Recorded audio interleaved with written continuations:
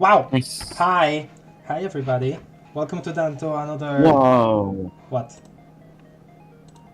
Ram. Yeah. Hi everyone. Imagine that. Hi! Hi! Yeah. Okay, so Hi. this is part 4 of a stream that was It's supposed to part be in 3. Don't one... No, listen to it's her. part of 3. 4! When one of my streams split because of bad internet connection, I like to call it another part, okay? Just because it's another stream, Yeah, just and so you've there is always less been confusion. wrong for that. You're dumb and you should feel dumb, okay? Can all of us tell her she's wrong for that, please? No. What's a Homestuck? It's this comic made in 2000, started in 2009, ran through to 2016. I don't know if you've heard of it. It's pretty cool. Toby Fox worked on it. Wow, it's pretty cool, right? Sounds bad. It's not a selling point. That's not a selling point. What do you mean?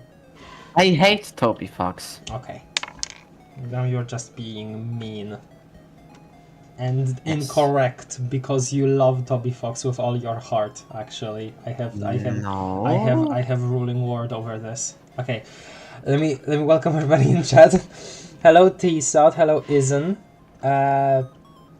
Unit trapped, earth stuck, apartment restricted, yep. Hello JL, hello Hoy, hello Doc, hello Pinku. Pinku, do you know anything about Homestuck? Because you know, you appeared on the Crypta FM stream before. Hello Shade Boy. This is very cool that you're here, hello. I hope you enjoy your time. Hello. Hello, generic client. Hello, Cookie. It's part 5. Luna, what do you think about that? That makes more sense. Okay. Who the heck even is Toby Fox? Freaking roast chicken guy, okay? Okay. So, we are continuing with Act 5, Act 2, talking about it at least. And yeah, I don't know what else to say. We're just gonna go through And we're just gonna go through the comic really quickly, go through panels, go through stuff, and see if I have anything to say about my experience. Relatively quickly, you mean? Hopefully relatively quickly. Like, we're not gonna stop to and smell the roses on every single thing, right? That's kind of missing the point, because that would just be Only a on half of the things. True. Yeah. Okay, hold on a second. Let me find a song.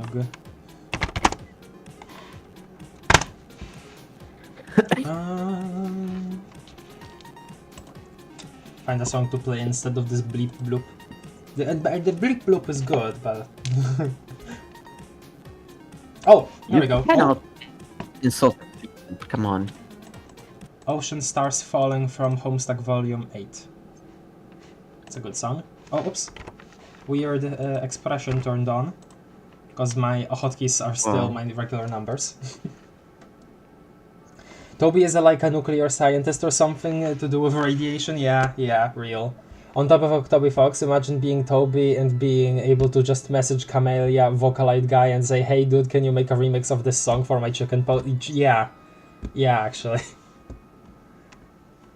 Wait, no. Camellia is breakcore guy, though. Am I wrong about thinking that? Is a Camellia Vocaloid guy too? Because I don't actually know. I haven't seen much of his like work. Hello, Rhombus Real. Already into the thumbnail. I came as fast as I could. I came as fast as I could. This freaking Baby Easy reference. The foreshadowing for shortening on these kids off panels in the high-rise houses is so good. Oh, absolutely, yeah. This is a repeat of that one shot of Terezi's home. It's really cool. This is the... Oh, right. Okay, this is where we last left off. Because this is Dave and Rose conspiring about the Green Sun for the first time. Because Rose, like, with her Siri lighty... Huh? Tremtuas. Right. You're correct. What can I say? You're correct. Here.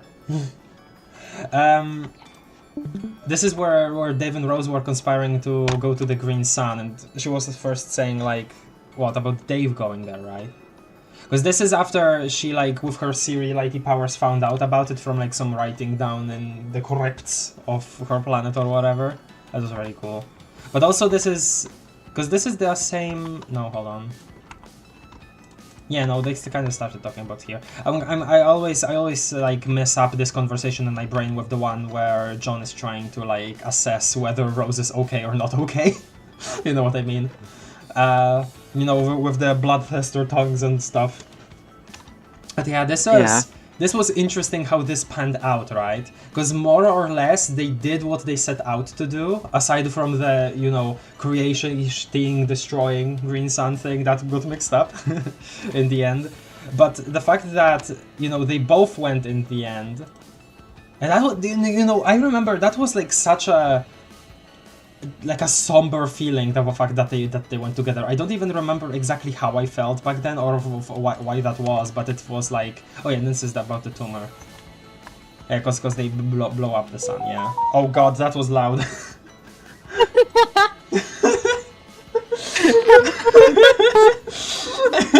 That was really good. I hope that happens again. Please keep the sound that loud. No. Listen, it was. You have no idea how funny it was out of nowhere.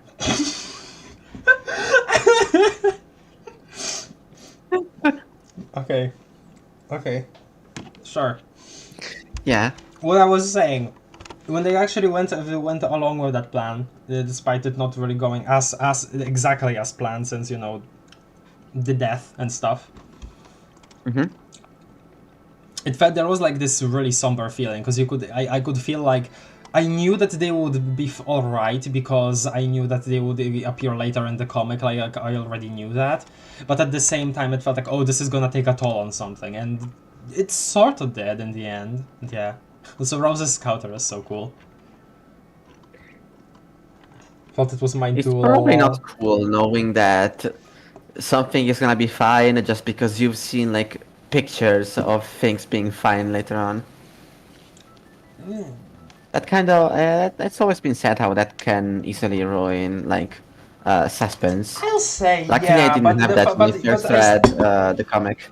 I mean, yeah, that there is definitely a part of that in me, because like, you know, it wasn't just like a freaking marathon until we finished the comic. I had a lot of time to talk with people. Yeah. When I say people, I meant Azure, and so we kind of like thought about stuff. We overanalyzed stuff in our DMs, and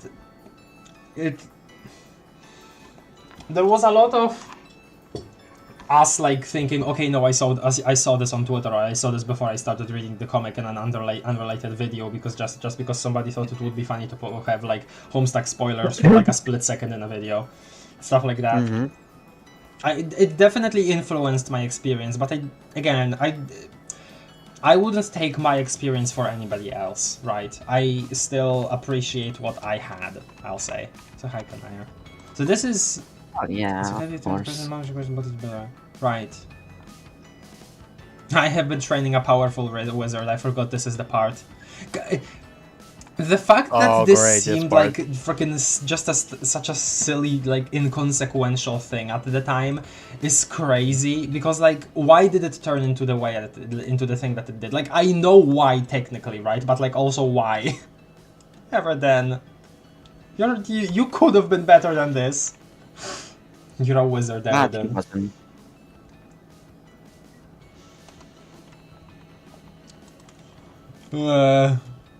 Yeah, Harry Potter. Oh god, this conversation. You know, when I first read the comic 6 years ago, when I still didn't understand so much of it, the Eridan quote unquote massacre was actually one of the most memorable things I had from the comic. My most memorable moments. Mm-hmm. Maybe the most memorable. Okay.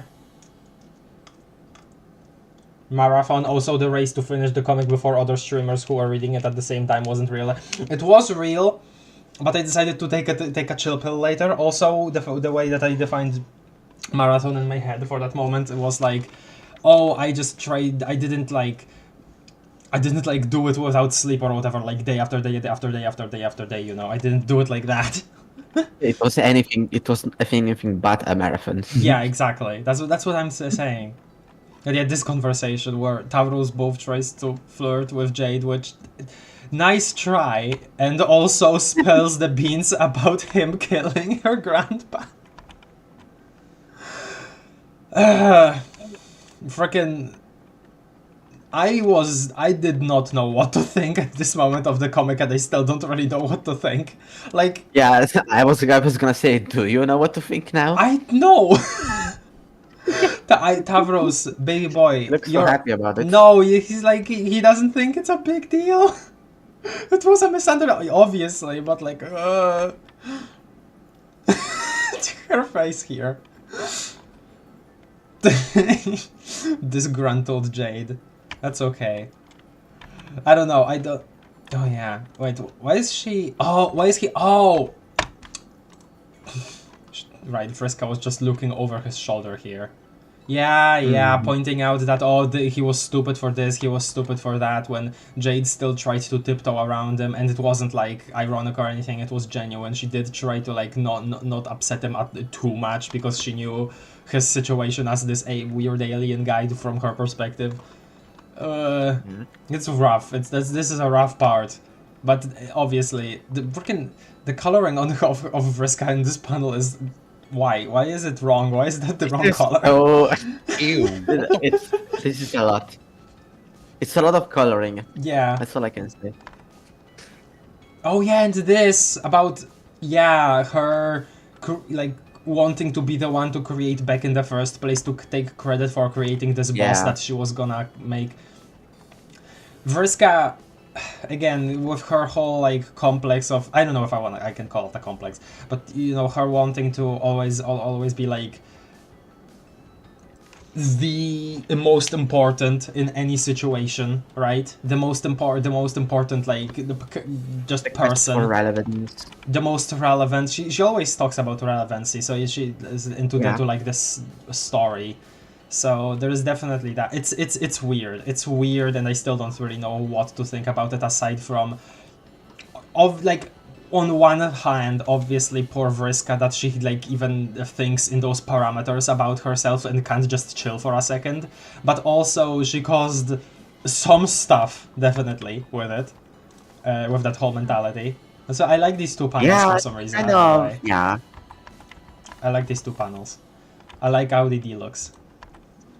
Oh yeah, and this is where Tavros actually like happen. This is where Tavros actually goes out to get rid. This is okay. This is I've talked about this. This is what this is the room where it happens. This is the good thing, the thing that Act 5, Act 2 does really well, where it juggles like scenes from different characters at different points, but always like connects them through some line, right? And here happen. And now Jade is here back, and now we're back with Jade, and she's looking through the window where Hassie obviously is, and now we're with this dude. Like, this, like, there is just these smooth transitions between scenes, right? Like, that's, it feels really good to, like, go through from scene to scene in this act, definitely. Yeah. It's extra, this, I still don't know what to say about, I'm just gonna, right, yeah. I know sort of about a never-ending story. I never knew too much about it, so I could guess why these guys were like subtitled bullies, but don't have full context, so whatever. Oh yeah, and this again, and we have another scene with Vriska after this, because Vriska obviously calls John. Yeah, top of the echelon ladder for performing like this super duper cool move, air of breath move, air level up. Air cloud up. More transparent. That's really cool. The clouds have returned. The fireflies are still trapped. The spell remains unbroken.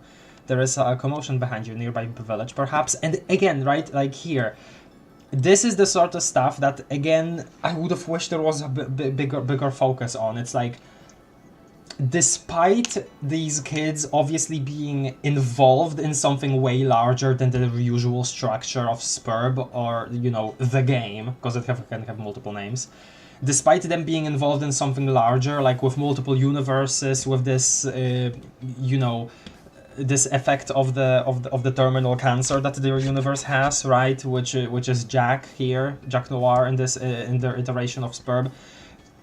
Despite all of them dealing with all of that, there is still this, like, in the writing, in how it's presented, there is this mystique about their planets still. And I wish that that was emphasized more with more planets, right? And again, I know this is me asking for more Homestuck, but and yes, I will reiterate, I think the comic could have been better if there were more parts to it, like, if it was longer. I still have that opinion. Although this is nice. This is a really good walk around. Also very loud. Always like that. Okay, let me look at the chat. I've missed a lot of messages. Is the music too loud here? Probably for the stream. Sounds fine for me, but I'm not sure about the stream. Yeah, the stream hears it a bit louder. Okay. Oh, like something like this? Tell me how it is now. Okay, let me look at the chat. I'll let Engaging you. panel. You may. Murder Stack was Kino. What's your opinion? No, it was pretty good. The suspense was pretty good, but it's a shame that because of it, the whole joke of Nepeta and Feferi are irrelevant thing, if it like that started. It's a shame that Murder Stack caused that, you know? Yeah. He's trying to help, let it slide, he didn't know. No, I am letting it slide, like a little, I don't know. Reska self-ships with Nick Cage, yep. Also interesting how her mind control powers work on Carapations the same as the word controls. I think that's also the Carapations being this, like,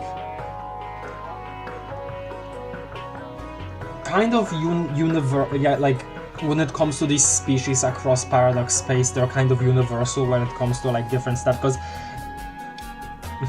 I don't know how to exactly describe it. I think somebody once said it in, like, their opinion was that the fact that carapacians can have troll romance means that they like adapt to any species that interacted with the game before. But I don't know if I want to necessarily believe that, but I guess that could be connected if that's your interpretation. Hi, Sadest. Oh. Hi. Hey, Sad. Hi. Hi. Light is also the aspect of relevancy, so it makes sense. There's a lot of ways you could describe the light aspect. I'm still not sure what I want to believe in necessarily. It's kind of wild to still see the comic go from a sharp angular style to more rounded one it uses later in the real time. A little, but it's okay. It goes good again, because of other contributors, but it's okay. Like, you don't notice it as you're reading, aside from when it's widely different compared to before, since it's usually a gradual change. No, that makes sense though, right? People's styles change gradually, usually.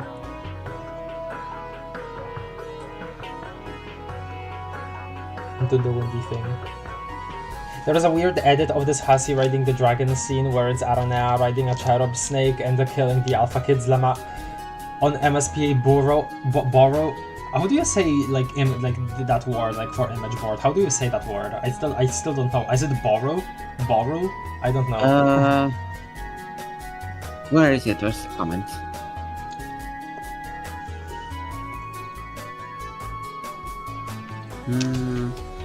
Planet Healer, so peak. Hi, Silent. Who's that friendly fella? I'm assuming you mean PPTS. That's Paige, aka Smoky Turkey. She's appeared in chat before. Homestuck is so long that it would be better if it was longer, despite how long it already is. That's an achievement. No, that's the thing, right? That is genuinely my opinion. I am no longer ashamed of it. That's just what I think. It should have been longer in parts. I mean, I do agree with it. I don't know why, but I personally tie this feeling of coziness to this flash. It's so heartwarming. Oh, absolutely! Again, connected to how cool these lands are in general, right? Green Tragedy. Again, like them having these names for this stuff, because they're just regular citizens of this planet, while these kids have this grander, like, bigger image of it all. The Green Tragedy. Also, I like John's sprite in this. Wait. Hello? Can I move? Yeah. My keyboard is being stupid. It goes good again by virtue of having other people working on it, lol. Yeah, that's what I thought too. I mean, that's what I said already. Honestly, I agree with. I would love for Homestuck to be longer if it means getting more cool world building. Yeah, did see the Araneakin is speaking up. But yeah.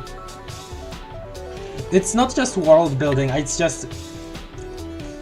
Like, obviously that is cool, right? But more implementation of it, or importance of it to the main story, because there... Like, whether you like it or not, all of this, just the image of a lively Land of Wind and Shade, is important to at least this part of the comic. It is important to John, like to John's whole deal, right? It is important. And the fact that, you know, it just becomes less than, I don't know. Lemao Arana Kenny, she's definitely my comfort color, but Kenny, nah, okay, that's fine. Doc is real for that at TBH.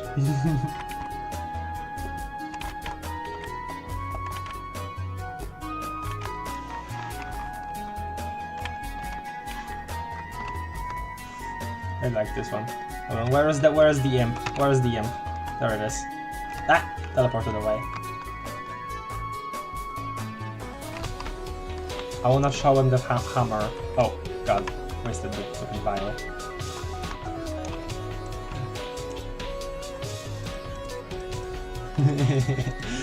Farming all these goddamn frickin' mushrooms. Real.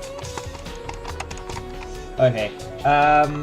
Yeah, I don't have anything else to say about this. It's just really nice, showing off the world more, this world, these characters.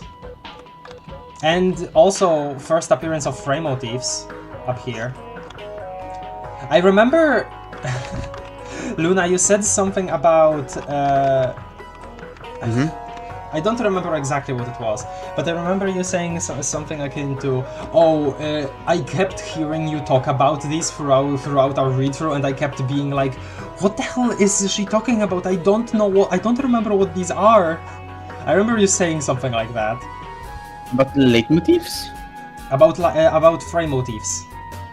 Frame motifs, sorry. Yeah, I'm pretty sure I forgot what they were until we got to, like, Act 6.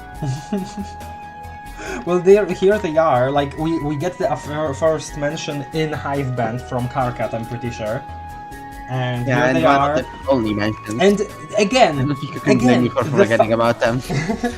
Again, here is another thing that is just weird about Homestuck. We are told that the trolls had all of these frame motifs that were available to them bought. They bought all of the frame motifs they had available to them. So why did we not see them use just regular like aspect powers? Because they are connected to their aspects. If they bought them, they could use them. Why did we not see trolls just normally using frame motifs if they had them? Like, I don't get that. I still don't understand. Is there a reason? Anyway, these are cool names.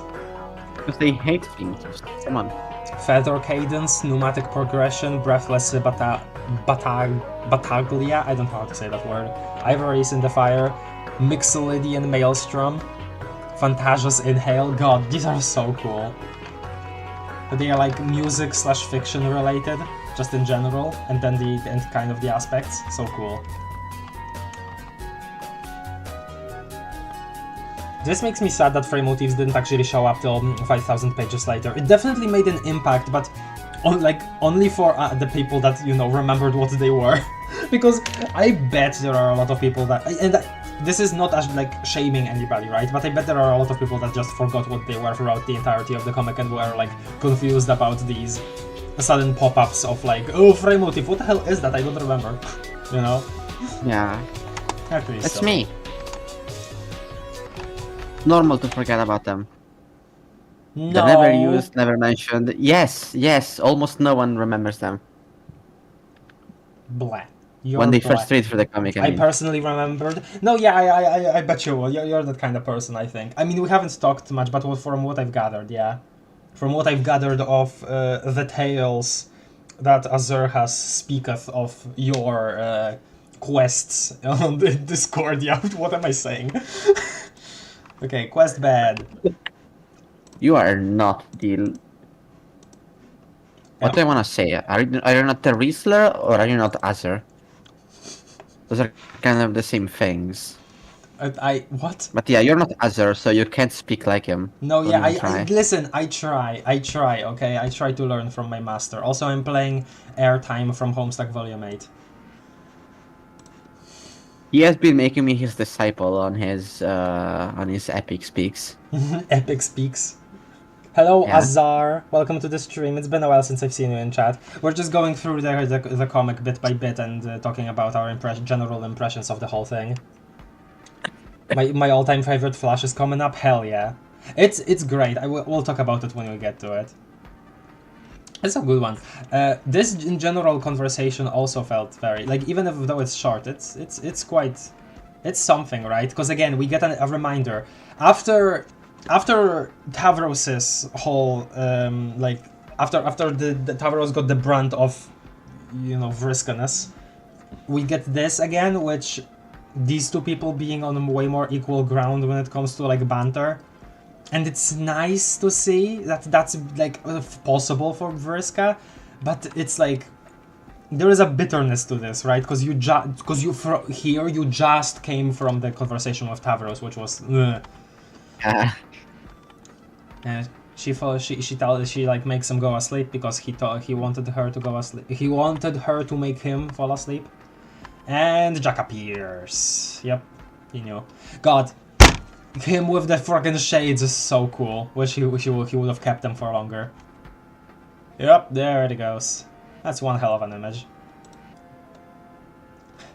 John, rise up! And I love how this is our WV prompt here. It's great. Okay, let me play it.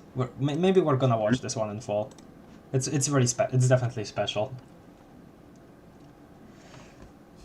Cause this again, amazing job at making just everything about the comic feel grand here in this moment.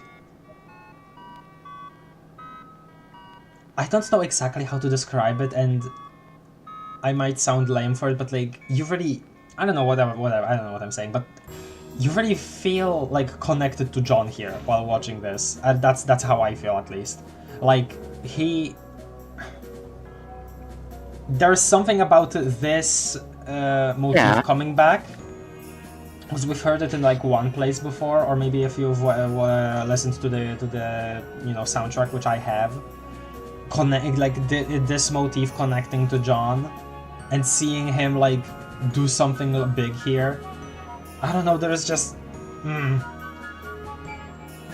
WV being prominent, like he's important to John's journey, because like even if John didn't connect to him personally all too much, WV cares about John and definitely has influenced how he has like gone through his journey. And like both WVs, again, the fact that he's relevant here is just great compared to what comes later, but yeah, let me not wallow about Act 6 all too much right now.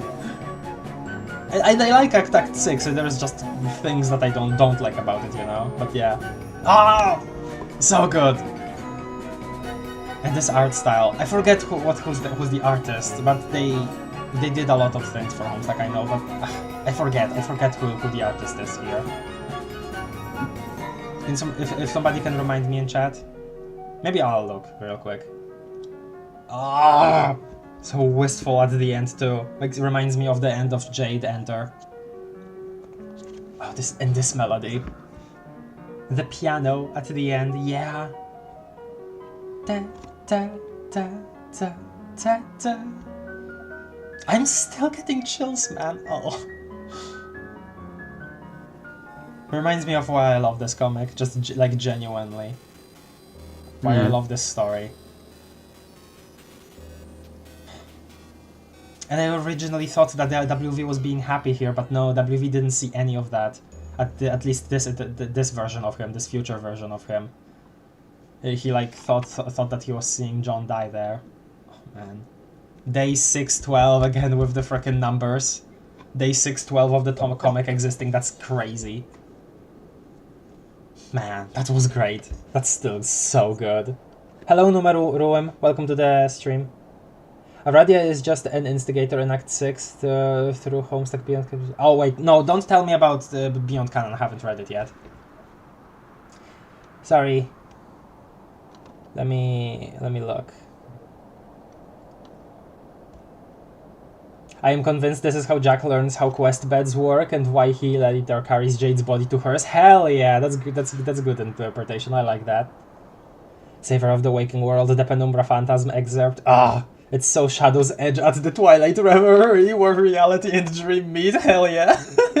I genuinely hope that Deltarune has some kind of reference to that exact like phrase, because it's like so nerdy almost in the word choice, but like we're all about embracing nerdiness. It's so epic and good and awesome. I really hope there is like a reference to that exact phrase in Deltarune somewhere. Rise up. Of all the versions / songs that use Penumbra Phantasms, this is probably my favorite. Fair! Absolutely fair! Saving of the Waking World, my beloved. Chat, can we get every Undertale SoundCloud project to steal this motif? I need to hear this more, so it's so good. There's a lot of people already making fan-made, like, Deltarune Final Boss, Penumbra Phantasm, you know, music. People that haven't read Homestuck, people that have read Homestuck. It's honestly pretty cool. Now I wish that some people that didn't read it would read it because of Penumbra Phantasm. I wish. Okay. This flash masterfully stirs up all kind of feeling within me, absolutely. And it perfectly brings together more ideas vital to Spurb and the characters in general. Yes, again, yes, absolutely, 100%. You're so right. Like I said before, like during it watching this reminds me why I love the Homestuck in general. Sad that WV thinks John is dead. He didn't realize what he saw in that in person on the battlefield came after. Yeah, that's the thing. That's the thing again, right?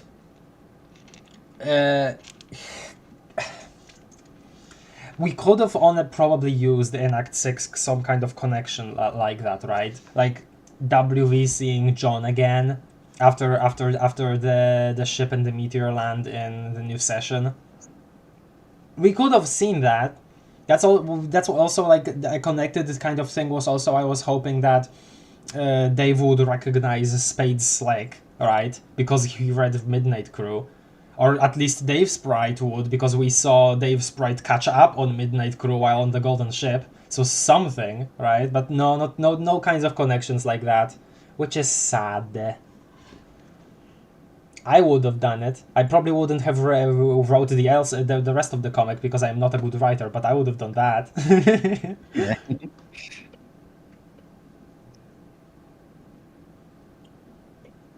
I seriously think this is Toby Fox's best song in general. I wouldn't go that far, by fair.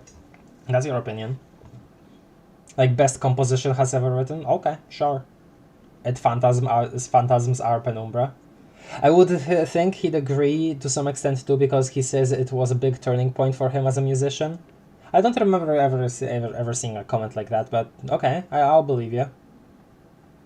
I'm pretty sure there is a Deltarune UST that uses Savior of the Waking World. No, there is, yes, and Penumbra Phantasm too. There are multiple of those.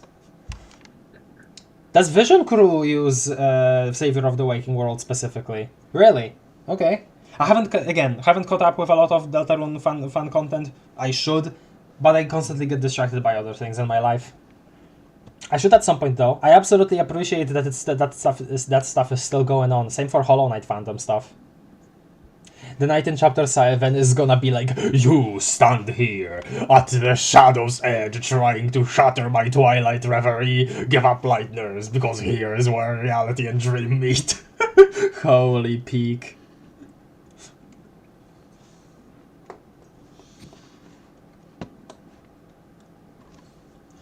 And then he's gonna like incorporate truer than fiction into his like boss dialogue.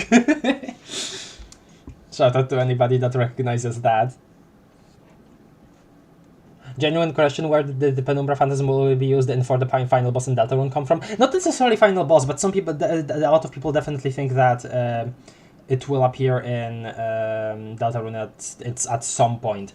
So it's because I'm not an expert on the topic, right? There are Penumbra Phantasm nerds out there, but what I understand from it is that Toby Fox said at some point that he never released publicly the finished version of Penumbra Phantasm that he intends to use in a bigger plot project later on, and that was, I think, in 2011 when he made that comment. I think.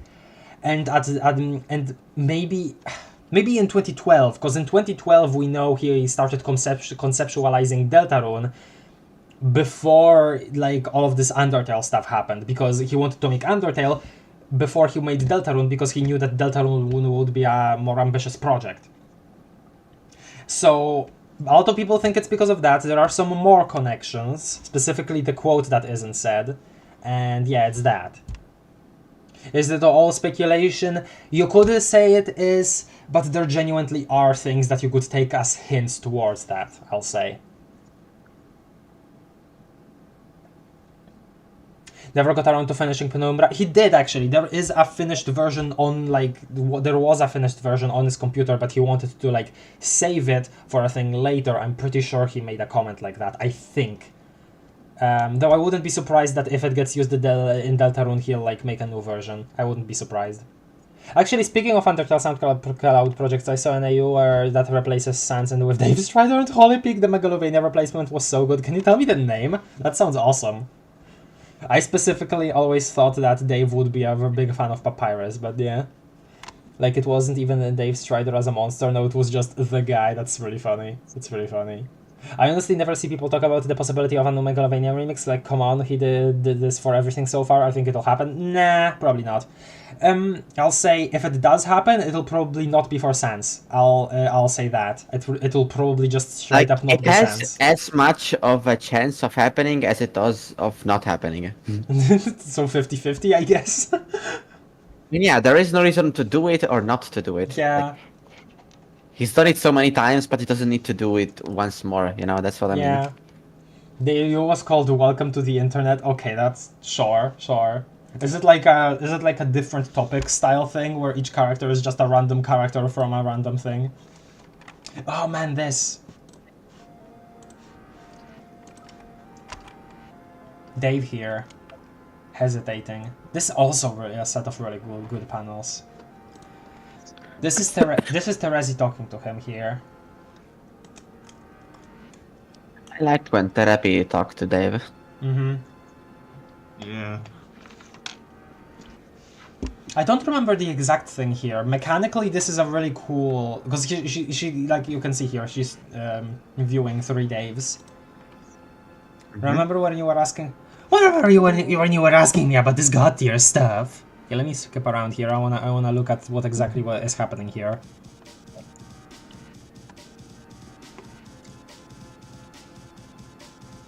And I went a little earlier on your timeline to kick this off, so this is how we are doing it this now. You didn't actually give me a choice, because you just flipped a coin? Yeah, and I left the decision over the outcome of the flip of it in your hands. Yeah. So, yeah, this... Okay, hold on a second.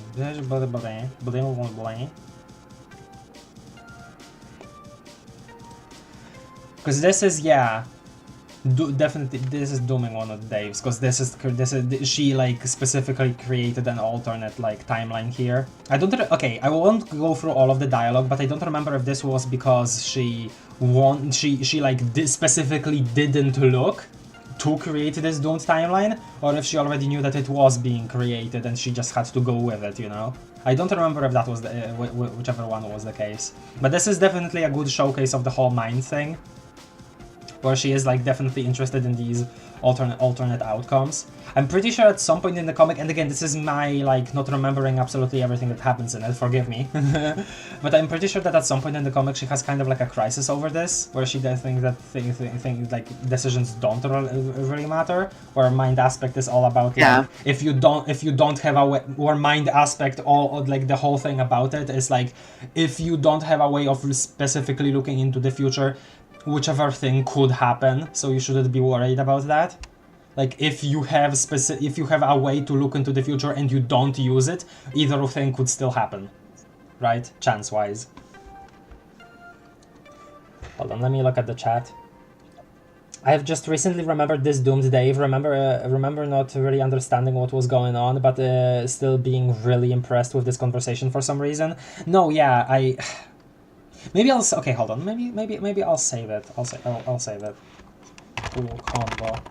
I'll come back to this on my own time, because I don't want to like spend time reading this whole thing, but I do remember this being like me pausing a lot to think about both the mechanics of this and I guess the ramifications.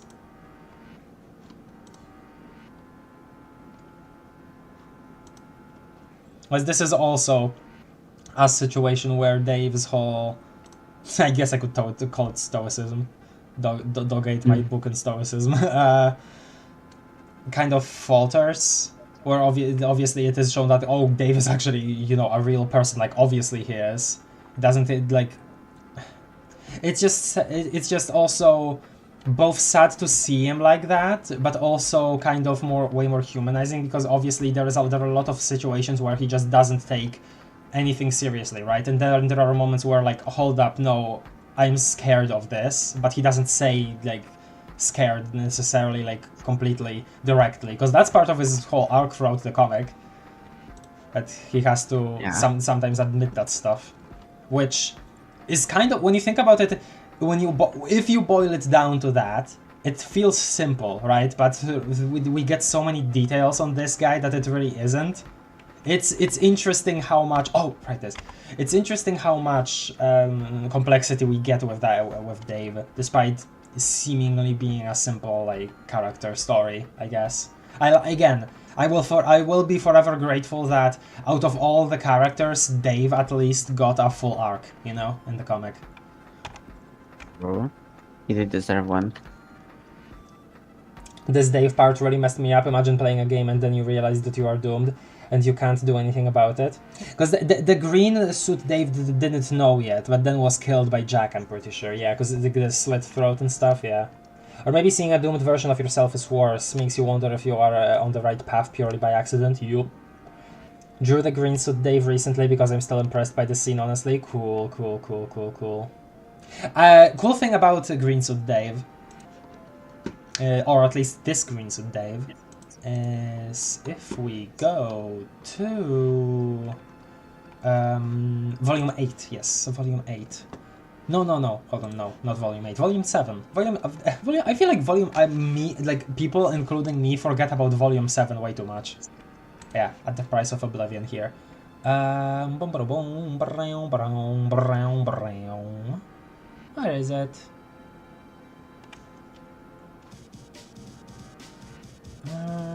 Oh yeah, there we go. The original savior of the dreaming dead here. Green suit Dave, slit throat, everything.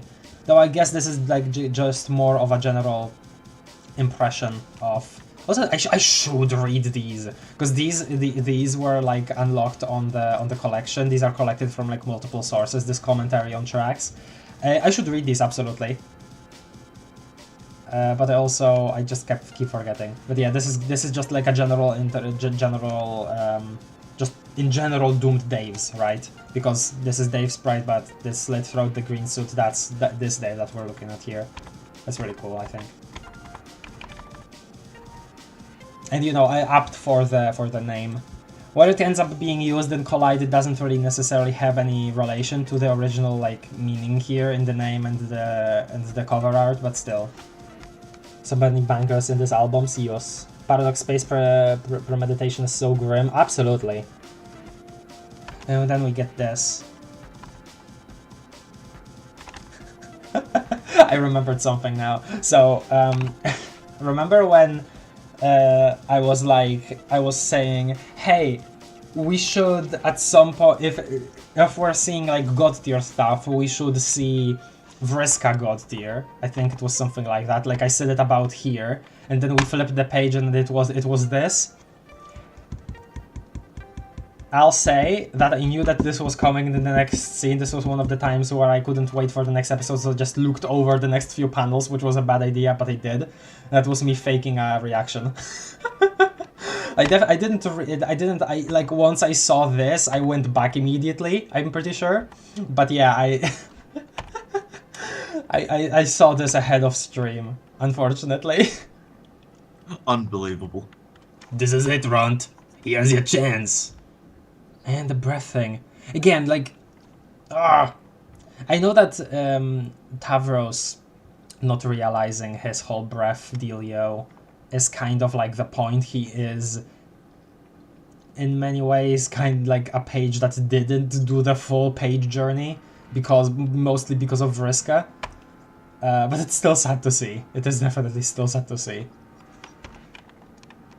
Oh, kiss that girl, you wimp! Oh, for crying out loud. You make me sad, Runt. Just shaking my head here. That's it. I can't take it anymore. I got to stop playing games for girls. You're in your own, Runt. Oh, now you want to kiss me. Little late, don't you think? Oh, that was Tefrazi voice, but whatever. Yeah, so this is in general such a grim scene. Vriska from Prospit is manipulating Tavros here to write messages to him with her own blood. God. And she's still trying to be like all sassy and stuff, even in this situation, like God. Fly, pupa. It's It's definitely some. It's this. This is a powerful. I don't know what else to say. It's just a really good and powerful scene. It like, not necessarily because it really shows. It's like it's really bad for Tavros's whole mental being, right? And Vriska is just. I don't even know how to comment on Vriska's whole deal here. It's not like a showing of good things on either side, but like I was emotionally impacted by this, alright? Thief, why not take control? No, this is his decision, I know he can do it. And she's still like trying to make him into the summoner, when that is just not the guy. That's so like, man. I hate seeing this, you know? Kill me. It is what a thief does, end this. No, do it, you coward. Everything. Hi, Dee Dee. You're making a mess, Junior. What you waiting for? Finisher, what you waiting for? What are you? Some kind of wimp? Oh god, Dee Dee, I like you, but this is not it, man. It's horrible, horrible, horrible. I felt like I had to go through that one at least, like, bit by bit. And this. I hate all of you? Okay, Biggie Cheese, I'm sorry, what did I do?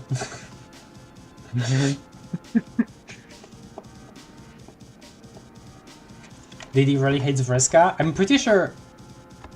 Nah, I'm pretty sure that this was to Tavros, right? I'm pretty sure he was calling Tavros a wimp, which... Meh. Yeah. God, this is creepy as hell. It's so good. Yeah, sorry, the music kind of probably ruined it. I was like so focused on reading it that I forgot that what we were listening to. He wanted to kill her? When? I don't remember. See, again, I don't remember everything. Speaking of artist commentary, does anyone else here lurk for the HS wiki a lot, or is it just my dorky self? I definitely did at some point, but I realized that I should stop before I see a spoiler, and luckily I didn't see many spoilers on the wiki. But afterwards, yeah, I definitely did. I definitely looked at it for a while. It's cool. They probably should get a different domain than fandom, though. they really should. I think they really should. Like, everyone deserves better than fandom. yeah, like HS Music Wiki already has its own thing. Hold on, let me look. HS Music Wiki. Where is it on? Yeah, it's hsmusic.wiki. It's just wholly its own domain. Even if like it was, even if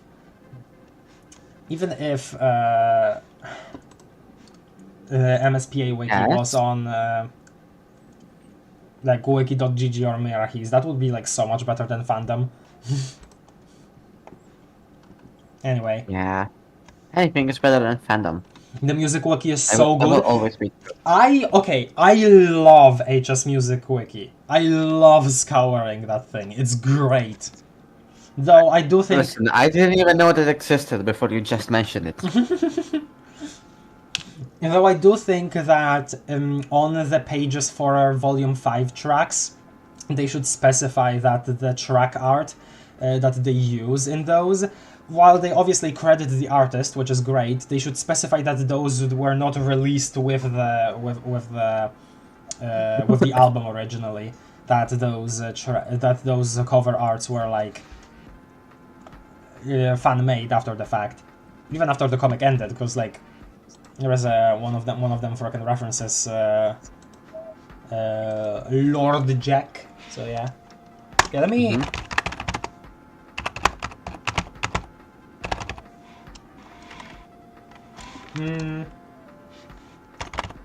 Yeah, I got reminded of the song Crystal Anthology since this exact panel is its cover art, so I'm gonna play that right now. Crystal Anthology from Volume 6. Solatrus, and Alex Alexander Rossetti.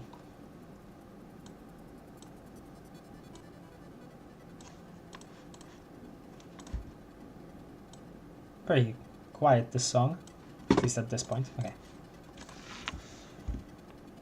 I hate the HS Wiki on fandom because I make a lot of edits on there and they all get reverted by some idiot. Wait, do you? I never really tried. Do you like make edits like completely make sure that what you edit is like correct? What kind of edits do you make? I only ever edit stuff that's genuinely illegible too. Illegible as in like not like a fact is not communicated well, is that it?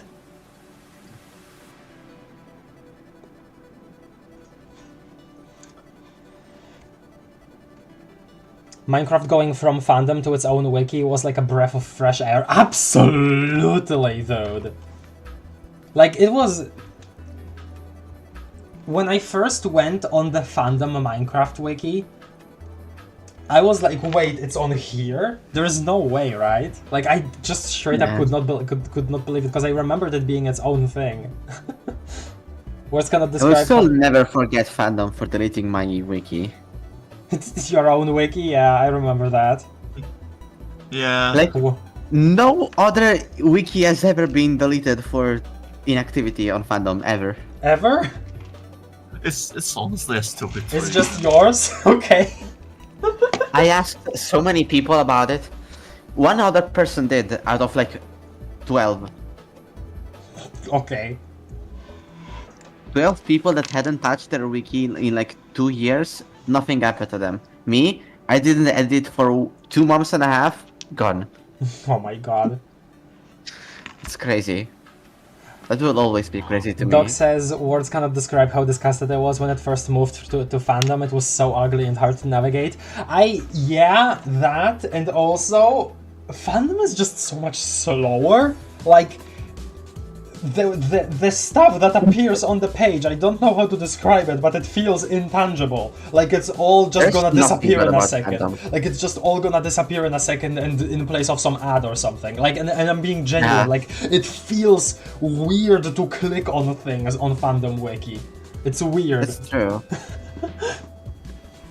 Oh yeah, the MSPA wiki also sometimes perpetrates the Yaldabaoth theory. I was so passionate about disproving on the Collide stream as a fact, even though it isn't. Right, because I think Azur believes that he tried to explain it to me today, but also I left that message like marked as unread for later, and then I forgot to read it. Oops. Hi, Ice! Yes, stuff that's not communicated well, plus orthographical Oh my errors. god, plus... Roxy! Yeah, she's back. It's been 11 years. Yes, I talked to her earlier today a little. She's good. Hi guys. I hope you're doing well, hello. She's bad. She's good. I think she's told me she's good at least. Stuff that's Did you not talk the truth? stuff that's not communicated well, plus orthographical errors, plus straight up misinfo, dubiously canon wiki pages. I see. Interesting. Well, thank you for your service, and sad that that's getting reverted. I talked to Azur about this once. I told him the day Homestuck gets a dedicated wiki website is the day I'd happily die. Just the day it happens, you're just BAM! Quest bed, here I come! I'm evil, what do you mean? I'm good, okay, thank you for clarifying. Trying to use fandom without adblock feels like someone actively trying to covering the screen with their hands. Yeah. Yeah. Oh yeah, and this also. Vriska got tears and bam, no feed. Snowman disappear.gif. Hold on, show up. Yeah. I love how she disappears with her whip, that's so funny. It was just hanging on the wall and disappears with her. It's a good picture though, it's a good panel. I love you, Snowman. Yeah. The windy boy is dead, the tragedy is overwhelming, all hope is lost. Oh well, time to get out of this tin can. Again, like, this guy has, like, feelings about things and concerns about things. Could that not be expressed in a POV again during Act 6? Why didn't we not get a single POV from, like, WV's perspective, like, at all in Act 6? I sort of... There are not many things that I wish were in Homestuck that aren't, but... WV getting more any screen time on Act 6 is one of them. Mm-hmm. Because That's one thing I will always lament about. he's an important character. I feel like I feel like it's so easy to think like as an outsider, these characters, the humans and the trolls are probably like the most important, the human players and the trolls and they're most important. All of those other guys are just like filler stuff. No! This is an important character to the story, and he is not being his feelings are not being respected in the second half of Sorry. I love WV and I am very passionate about him, okay? Yeah, the door jams. Right, the station is out of power, you forgot about that. Yeah, that. It's so funny how this came back. Because this wasn't even an executive decision on Hussey's part, this was just a random guy, like a random person suggesting this, and then it came back as a relevant thing, and you know, why his whole freaking like stomach was punctured by Jack Noir's claws. Hello, Chokes. Welcome to the stream. Don't think I've seen you before. Welcome, welcome, welcome. X6 forgot WV was a car. Nah, not really. Again, I feel like that's mostly the fault of Act 6 didn't forget WV was a character. Act 6 pretended that WV's arc was done in Act 5. I guess. I think it's I will always think that it's probably because of the fact that there overall weren't any POVs in intermission. It was all like the third person stuff. Well, obviously in the third person narration was already stuff, but it was like still from the perspective of the thoughts of a character. There was none of it in intermission. Like, hold on. Here, adventure log. Just like these smaller things like flashes, right? Just these intermissions, all arrows, all our arrows. Here we have the Caliburn stuff. So if we scroll back down a little more, this is right, because this is just Caliburn's thing. So this doesn't count because Caliburn already expressed his like stuff anyway. It was still like you thought. But here, yeah, Jane, Jake, Dirk, do this, do that, do blah blah blah. And then this is the intermission and nothing. It was just always from panel to panel to panel, no commentary on like the thoughts of a character aside from dialogue, which again is if thoughts and emotions are being expressed only through dialogue logs at a certain point in the comic, that takes away our possibility to peer into the minds of the characters that didn't get dialogue logs, like Carapations, you know? So, whatever. Yeah, exactly.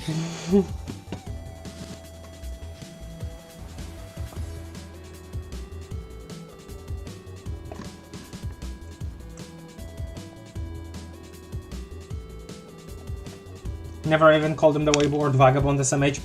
That is weird. But again, that is mostly because Dave came up with a name because of, you know, his sash. And I guess after that it was just like his name, and we didn't, again, no like narration about him, so we didn't get our chance to get reminded that, you know, he is Wayward Vagabond.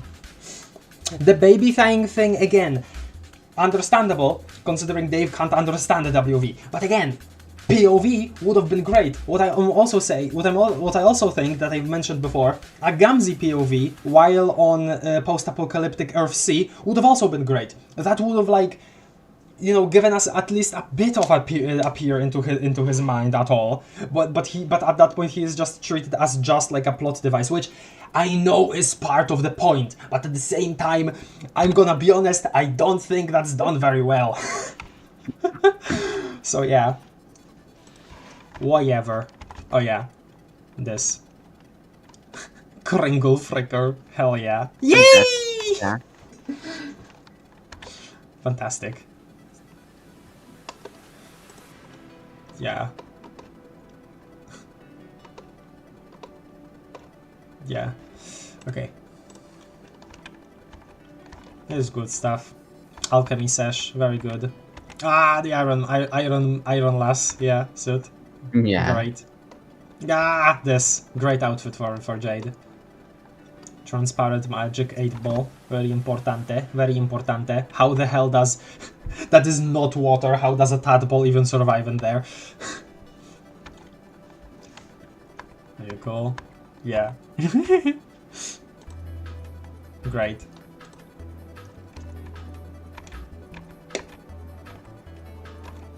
Good stuff. I don't have much to comment about, it's just cool.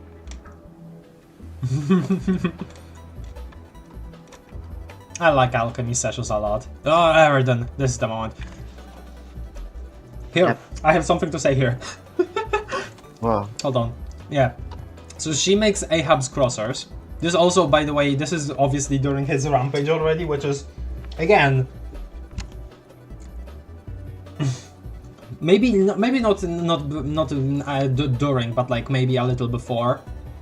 It feels like he's already pissed about something. This, my educated guess would be that here he is pissed about the whole car cut. What was it? I don't remember now. No, he was at his planet, so never mind. I don't know. But yeah, he gives Ahab's crossers to Jade via code. Yeah, she throws it out the window and says like, oh, it's gonna make its way to Live Dialogue at some point. We never get an explanation for this. Before Act 6, these kinds of time loops would always get explained at some point. We don't get an explanation here, like exactly how it happened. And it wouldn't be too hard to come up with a way, considering all of the plans were in the same spot at some point. But really, we didn't get like a time where like Jake was really like I don't know. We didn't get moments where the characters were trying to like interact with their planets again or anything. We skipped over that, right? And Rose, especially in the game over timeline, expressed a lot of, you know, not wanting to do that, especially, right? Because she had a bit of a moment of, you know, being sad about her whole deal, which understandable. Yeah, and here some more conversations that happened in this time period, and cool. Oh yeah! Here it is. Oh my god, Nepeta in the background here. Oh. Because this was, again, Aradia saw that she was gonna explode in a second, she doesn't know why, but she is. So this is a goodbye to Solux, and one of the only times she smiles as a robot. It's great. Arasol warriors, we rise. We are always strong. Botsplode. Come on, buddy, turn that O into O! Wait, no, that looks stupid. Oh well. Oh. Oh man, this! I forgot about this. This is also where it happens.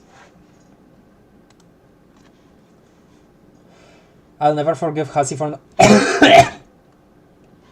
Sorky. Pale Erikar happened. I personally, I don't see it, but I respect it. I respect it, Ice. Hate it when I'm chilling at my PC and suddenly my X freaking explodes. I feel like Ahab's crossers not having a time loop explanation was more like a joke at expense of Eridan. Maybe, but like, I want an explanation, that's more important to me. I'm dumb, I know. Arasol warriors rise up, we love our troll doomed Yuri, not really Yuri, but Yuri, we call it Yuri. Yuri. Do I call it, do I read your name like Shu? Like, you know, the French word that I don't know what it means? Like Shu, not Chooks? I feel I like how you can see the remnants of 2010s fashion in the characters' hair and outfits. I wouldn't know, I wasn't there, but if so, that's fun. Oh god, I have to scroll up here. Yeah, Kraft is actually born in 2020. Sorry. True. I'm 4 years old. True. YouTube, that's not true, I'm lying. Don't ban me. In-game. Don't ban her in game.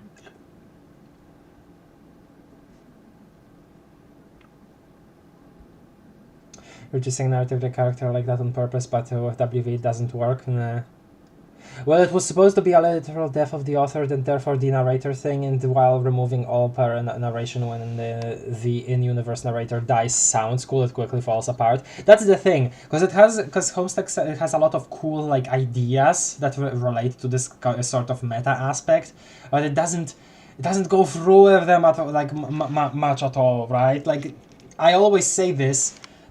Caliborn's whole puppeteer thing should have been way more influential over the other characters, right? Stardust is cool, but like that was barely anything, right? Like it wasn't...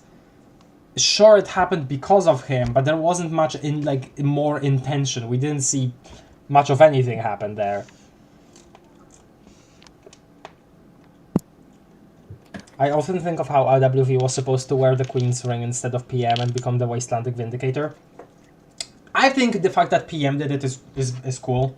Definitely, especially considering the, you know, her having way more of a connection to WQ. It's good that PM did that, I think, personally. And that he was scared of the power of the corruptive. Oh, that's your point. No, yeah. Definitely, again, another layer of like interest to WV's character, at least. That it's cool. It was cool. Honestly, all problems of late Homestuck stem from it trying to juggle 8 different plots at once, thus giving less attention to the small things. I guess. I like those 8 different plots, but you're right about small things being ignored. Yeah. Black and blue dress for Jade is so nostalgic. Nyo, nyo, nyo.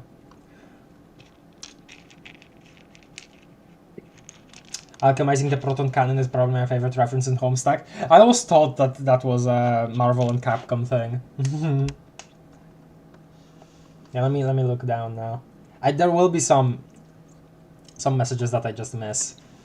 Even if Feferi was teasing Eridan with Karkat, and KK was always a lot more chill with Eridan. I think he even called him bro, and Eridan went at him for advice many times. For advice, I don't remember actually. This is again my brain being blah, but I don't know. I definitely remember Karkat talking to Eridan about how he views Nepeta. How he like said, hey, I know that there is like a one-sided dread thing going on there, but that doesn't mean that I'm gonna like see her any weirdly. Like if you think about her as just the ship or cat girl with no life, then you're not gonna get anywhere, man. Like come on, treat her like a person. I remember Karkat had like that whole point to make to Eridan, which was cool. That's what I remember.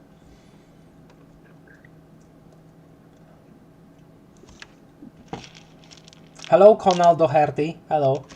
Dave Cut is good as hell, but I feel a lot of KK's characterization was sacrificed, so I could only end up as an extremely okay yaoi ship, which is extremely disappointing. Was it though? Okay, maybe this is related to like post-canon stuff, but when I think of like, for instance, you know,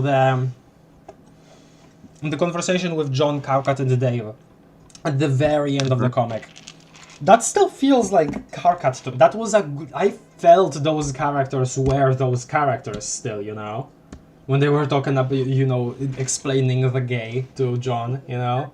Karkat was like all Karkat-y, and he was Karkating all over the place, I think, at least. I don't know. I think your thoughts are thinking. Blah. Well, let's get through this. She's upset. Oh. Yeah. One of those moments in the comic.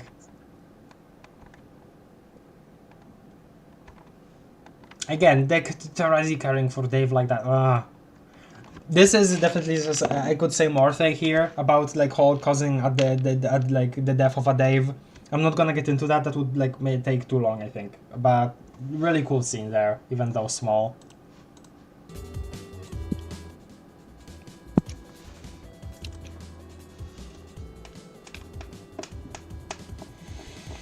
I meant post-canon. That convo was amazing. Well, you should differentiate the writing of different parts of post-canon when we're talking about like epilogues, first part of Beyond Canon, second part of Beyond Canon. I haven't read those, but I know the writing is different in all those different parts. So, you know, for the future, probably should specify.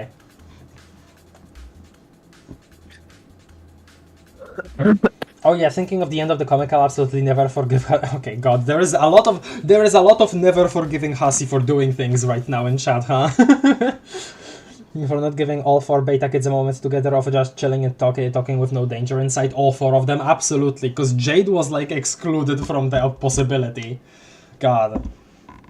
Sad there. And this is also, I think, I haven't gotten confirmation on this, but this is also like for a while what I thought was, I guess, lacking from the epilogues, at least from what I gather, because I know that a lot of people were like, oh, this is mischaracterization, right? But I also know that a lot of it isn't. I also have heard that a lot of it is enjoyable character-wise, but I feel like was my theory about them before I read them, because I haven't read the epilogues yet, right? But my assumption is that it also doesn't appeal to a lot of fans because it's not what they were looking in a Homestuck epilogue, right? There were still a lot of character interactions that didn't get to happen before the end of the comic. Like, I don't know, Jake and Dirk figuring their stuff out, right? That was something that probably a lot of people wanted to happen but didn't get to see in the epilogues, right? That's always been kind of my assumption. That's partially why a lot of people just dislike them outright.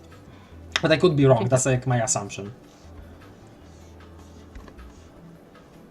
I haven't read them either, so I can only agree with you that I can't do much more.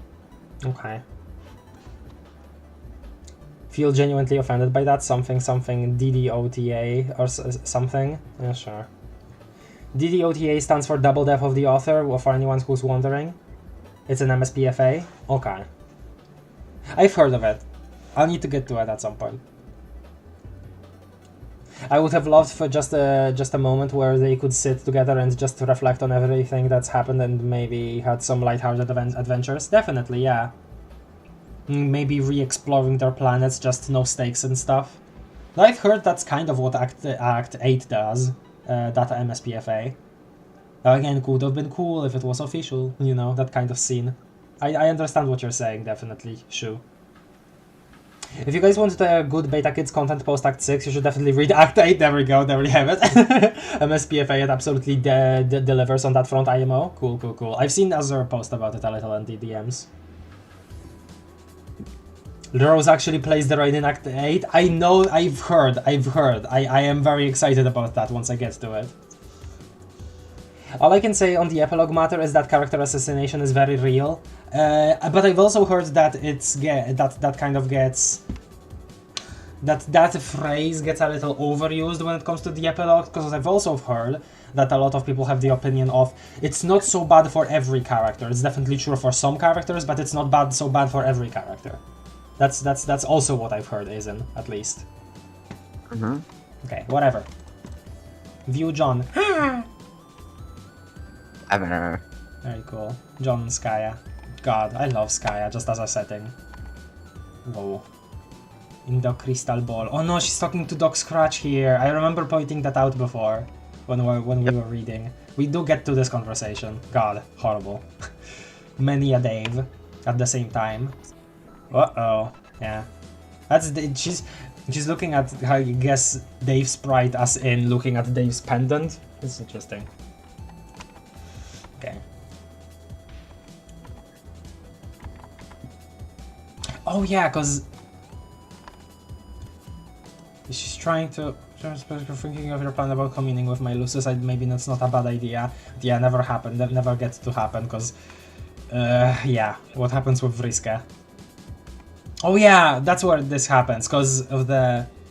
Maybe it's not a bad idea. Therefore, I will like create a way to like directly see if I can use my doggo's powers via making a jade dog. That's right. That's what happens here. God, this is hop. You're sure gonna miss him. Just like that. The doggo gone. Personality almost completely overwritten. Bye, Beck, and hello, Jade Sprite. And she has some realizations here about how she sees the world now in this form. What did you do?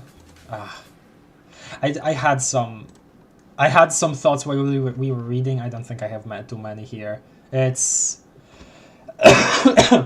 Jade Spirit's character is interesting. I wish that there were, again, a little more of her was emphasized outside of this conversation. I'm very glad that we got that before this Jade and that Jade combined into regular God tier Jade.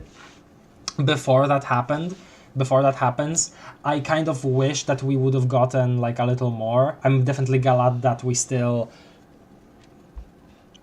had that conversation with Dave Sprite. That was really good. But like, there is this whole like setup for like a conflict here, I felt, and not too much came of that.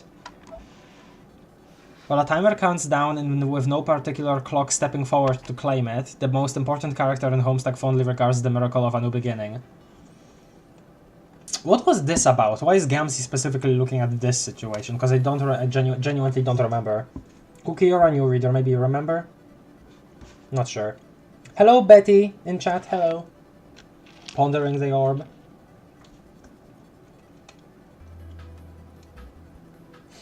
I see people will discuss whether it refers to Gamzee or locale. I like to think it's still Gamzee.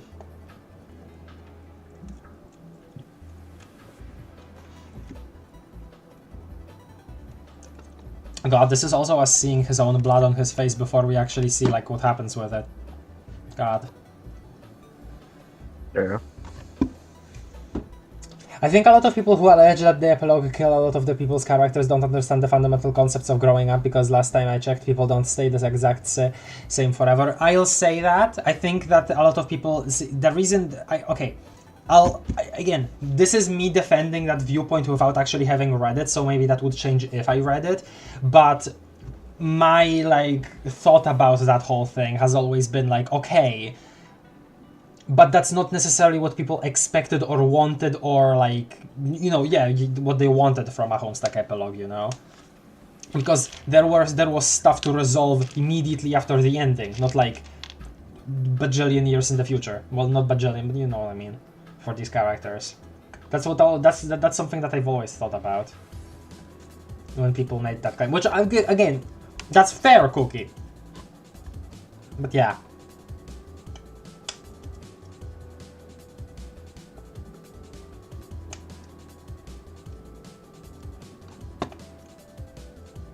Should we read Home Slice? It's on my list. Lab drop. Oh yeah, also, this is New Year's, and every time it's New Year's, a ball has to drop. Yeah, bounce. Snowball. It's a good scene. Lord English, reveal yourself, behold! This is good. Good gag. Oh yeah, and the blue here. This is where, this is a... I always find it like, why? Okay. Is this like... With the code thing, I still don't know the whole like... Because the popular theory is that the complete origin of the Cairo overcoat is it being alchemized from Vriska's pirate like garb, right? Because of the very much similarity in like the stripes on here and the people, that's like the popular thing, but like at this point we've seen two Cairo overcoats, the one that Stitch is standing to, and this one. Is this one stolen? Is this like completely another Cairo overcoat?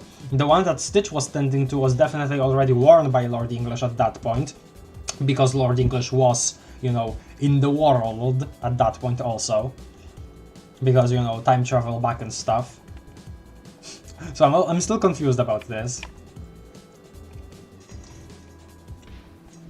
I feel like my interpretation here is confirmed a slight bit more when you see that Gamzee drew a little honk with his blood over it. What's your interpretation?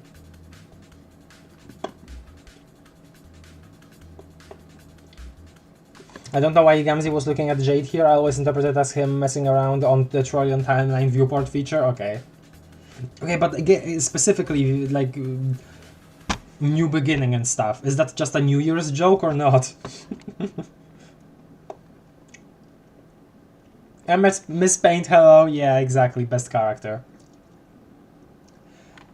Her and Spade Slick were so cool. Like, that was such a funny thing that happened, but I liked it.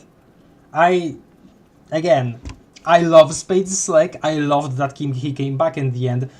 Wish there was more character-wise there, because the fact that he gets killed off in Collide and then Miss Paint just like moves on to a different Jack, that's always felt weird to me, so yeah.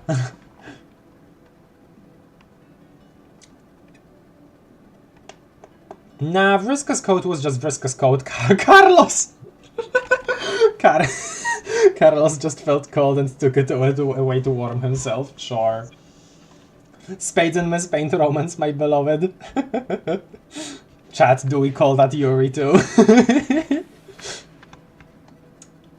Imagine an alternate universe version of you outlives you and then steals your girlfriend. No. Hello, Neavilus. Is that how I read your name? Hello, welcome to the stream. Maybe time displaced? I mean, that's like, yeah, you could say that, but I mean, I was kind of looking for like a concrete timeline of when it is there, if it's the same one or if it's two different ones, I don't know. But I mean, it's all relative in here. This is freaking Hussy Space, which is in the middle of the furthest ring, so blah. Huge fan of the fact that everyone here is anonymous. Yeah? Anonymously a huge Jack/Spades fan. True. Listen, there is a lot to Spades Slick there, and he is an important character, genuinely, absolutely. More exploration, please. Please. Before he died, at least. Maybe he should have just not died in general. No death for him, please. Please. Please give. Yeah, I really wish Hussy had actually remembered that they cared about Spades and didn't kill him. Something gets snipped again, okay. Nice. Yes, cool. Jack is the only character to even come close to give Arena a run for Harmonia's dog's favorite. I see. All Jacks, as a matter of fact. Cool. It's Nia, like Neapolitan and ice cream. Okay, Nia Villas. Okay. Yellow. Eminem. What? Who said Eminem? Another What? random video of my Twitter just randomly starting. Okay.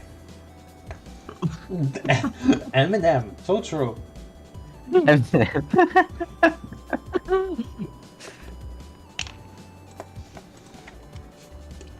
Pat. My God. Oh my god. Cal Real. Oh yeah, this. The recap. Don't remember if I read this one. Maybe I did. Maybe I read. Oh no! This one actually, I specifically went to the Vox's dub to see them read it. I did not want to do it myself, so I like listened to that there. I remember. Yeah. Okay. So this is. Yeah.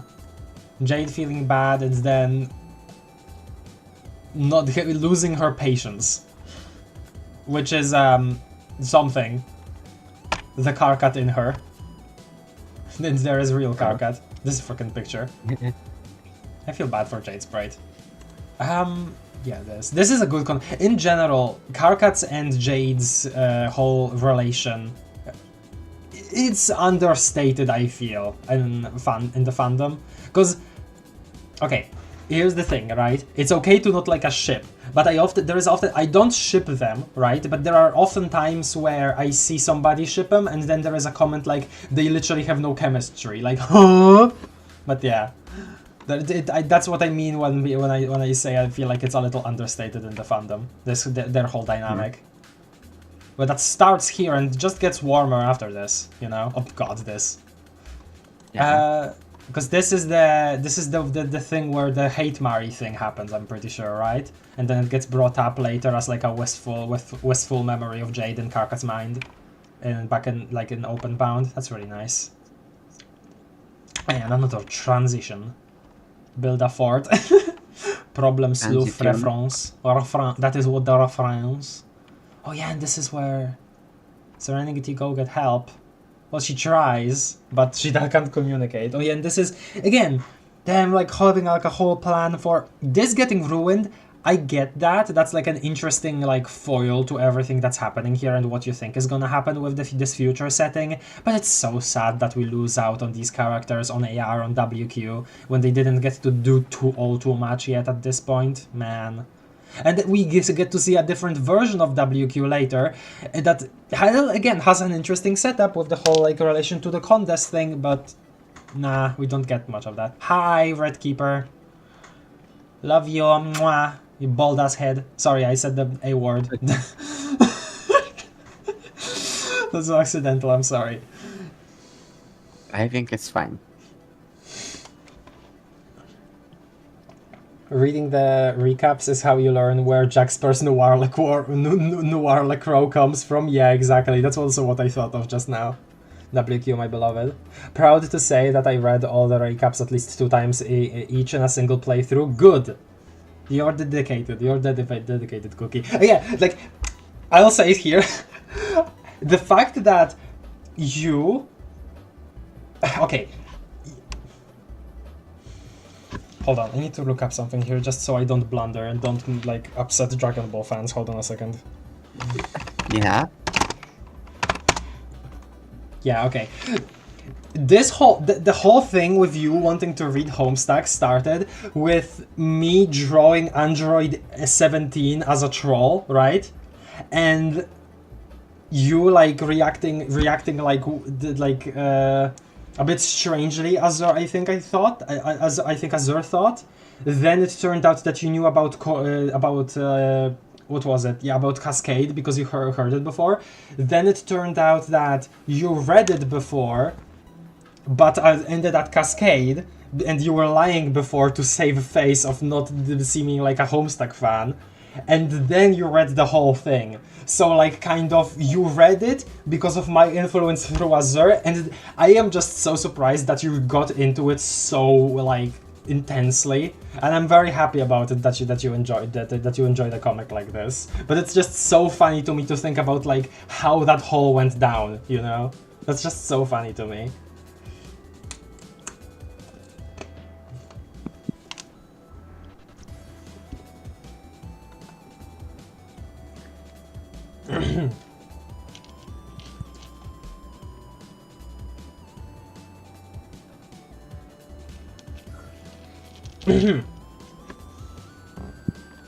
Hate marriage, okay. Was that okay for me to say, by the way, Cookie? I hope that it didn't say, like, step over a line. I told Azure once that I'm pre-scratch Azure the way I read up until A5, A2 years ago with my buddies. Yeah, you said that, but only like after we were done with Cascade. Because before we were there at Cascade, you like mentioned something like, "Oh, Cascade is cool," but you didn't like say it in a way that implies that you read the comic. You just read like, "Oh, I have to admit, Homestuck has good music." It was in that way, I'm pretty sure, if I remember correctly, at least. Yeah, whatever. We're talking about like stuff that doesn't matter to the stream, but it is really funny to me personally. Okay, whatever. This whole thing. Again, like... By the way, yeah? I don't want to spoil your time, but unless you want this to be a 15-parter, I don't think you can continue going up single pages. That's true. This, though... I think we've done like 100 pages so far this stream, in like almost 2 hours. That's sad. Okay, so this, though, is it's a really cool sequence, because again, seriousness of WV, but also... It's interesting, right? Because the fact that Vriska appears at the end here... Oh, monocle. The fact that Vriska appears at the end here implies that this is somewhat related to the Dream Bubbles. Despite the fact that, like, WV shouldn't have access to them. Which is, like, this is never... That part is never explained. Oh, yeah, and his, like, him fearing what he would do with that power. Because him fearing that he would become, like, Jack. This is like really, really sad. Red Miles, like a frame motif here. Oh, man, that's really I sad. know you guys. I know some of you guys would watch a 15-parter, but the thing is, we wanted to make this a 1-parter Yes, that's originally. because Yeah, because this was originally meant to be what's one. stopping me from reading the epilogues and playing Hive Swap is this. I wanted to get this done first, which is funny. Oh, okay, we're watching this at least. Sorry, Luna. I know what you just said, but we're watching this. Hell yeah. Okay, maybe not the whole thing, but yeah. WV's Dream, absolutely great part of the comic, one of my favorites. And then this. The fairy. At least it takes enough. It like, you know, takes time to highlight her here, at least, even if in that way. Aradia time, yup.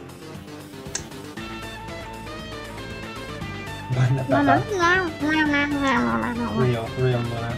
I will watch a 15-part discussion. So yeah, that's what you reacted to there, Luna. Yeah. It's okay.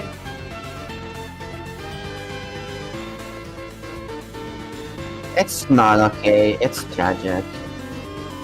No! It's bleak. This part has different sounds in the different ears. That's weird. I never realized that. Yeah.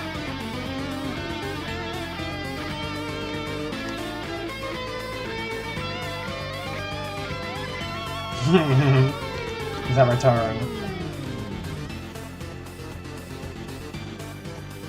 There isn't too much visible like gradual change, because obviously this is just her not being a ghost anymore, just fixes all sorts of things for her emotionally.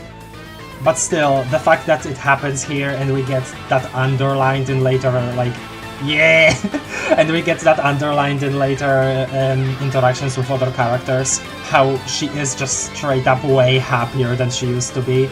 It definitely feels conclusive, and despite that, I still feel that she should have been a way more prominent figure in Act 6, considering her role in the Dream Bubbles, but blah, blah, blah, blah, blah. You know my opinion on this already.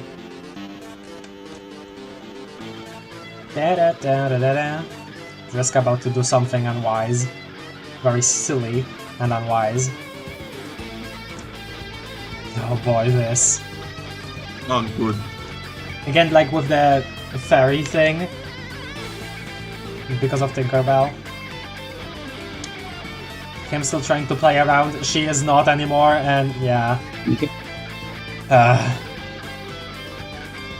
He is not Summoner, Vriska. And this was not this should not have been your reaction to that. I think I've said this before, but I like to interpret, since the part where Tavros runs at her is a slightly different, is like not part of the Spider's Fang melody, I like to imagine that's like sort of a Tavros thing. Like that's the sound of that part when he's running at her as a Tavros thing, not a Vriska thing. I don't know, I like to imagine that at least, like that short part. Tensei did the guitar for this, let me see. No commentary, so... Oh, contributions, Tensei, guitar, yeah, there we go.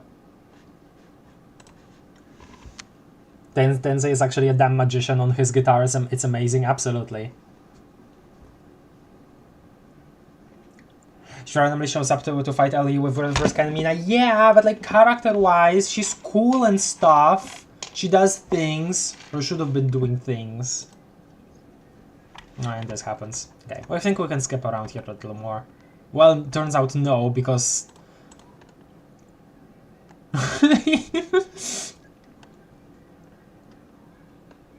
Password. God, Jade is just getting so agitated at this point.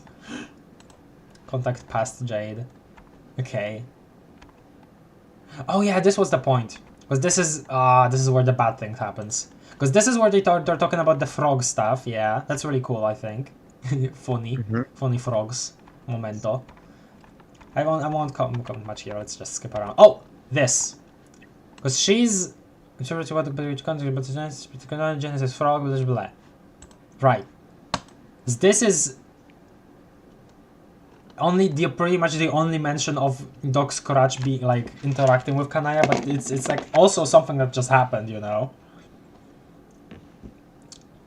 We engineered that incarnation. He is this, the universe that you're trying to create. Okay, yeah, well, I don't remember what exactly happens here, though. And I won't, like... While playing our game, I learned that he was real, and I didn't imagine him. She's just a bug, true. A bug. Yeah, I don't know exactly what to say here. This, though...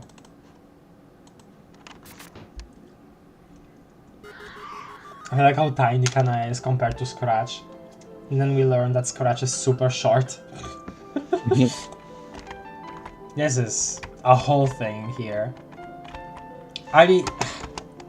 I'll like reread this on my own time, but I remember really liking the interactions in this Flash specifically. Like, before Eridan arrives at least, stuff is really wholesome, you know? And nice. Just again, good character moments. Oh. I wanna make Eridan appear, hold on.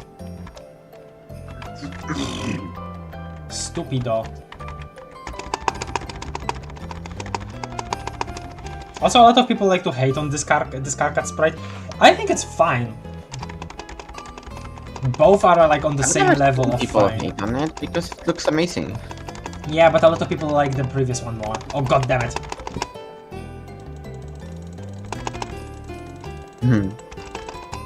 Oh my god! Stupid. Stupid. With There you go. Became full now. This conversation. Just like skipping around through it. Oh, it's fucking 7.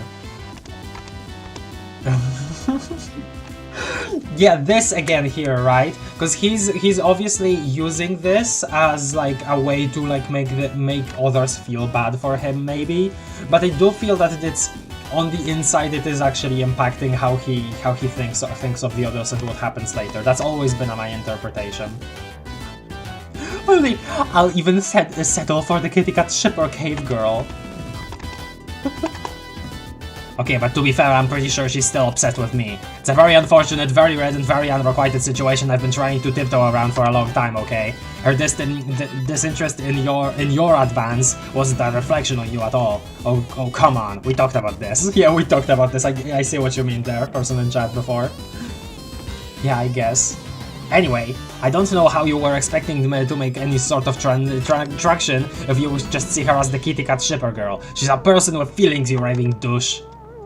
I know, Car. It's not even the point. I'm over that embarrassment. Okay, whatever. Just wanted to like put a magnifying glass to that because I like it. I like that interaction there because we get very little of very little of you know, Karkat, you know, actually acknowledging Nepeta as like still a friend, just probably because he tries to tiptoe around her whole attraction to him. But yeah, I like that duo specifically, you know. And this, him getting peeved over, well, the both of them here, and them doing something very drastic. I've said my opinion on this already. Bad, horrible person. But I kinda see like how it happened, I guess. Scott Pilgrim momento. Everything's so cool, I'd be so saddened if he did something bad out of poor judgment. Well, do I have news for you, Ice? Nerd fight, nerd fight!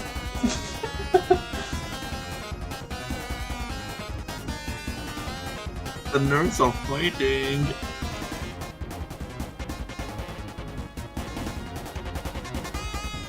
Old Solix was funny, he looked like a freaking bug-eyed monster alien. High top at stick, controversial opinion, went there, yeah, real. Chief Incel, Captain Incel, unfortunately. Kind of. I guess maybe more than kind of, yeah. Okay, let's move on. Yeah. Yeah. The thing of me saying he goes like pierce into grim darkness here I've said this while I was reading the comic. I'm pretty sure people were like describing it. Apparently that was intended. Something in the commentary says that. I don't like taking the commentary as gospel necessarily. In the like from the Viz Media prints of the comic. But I guess that's interesting if that's true. Because he definitely looks the part here.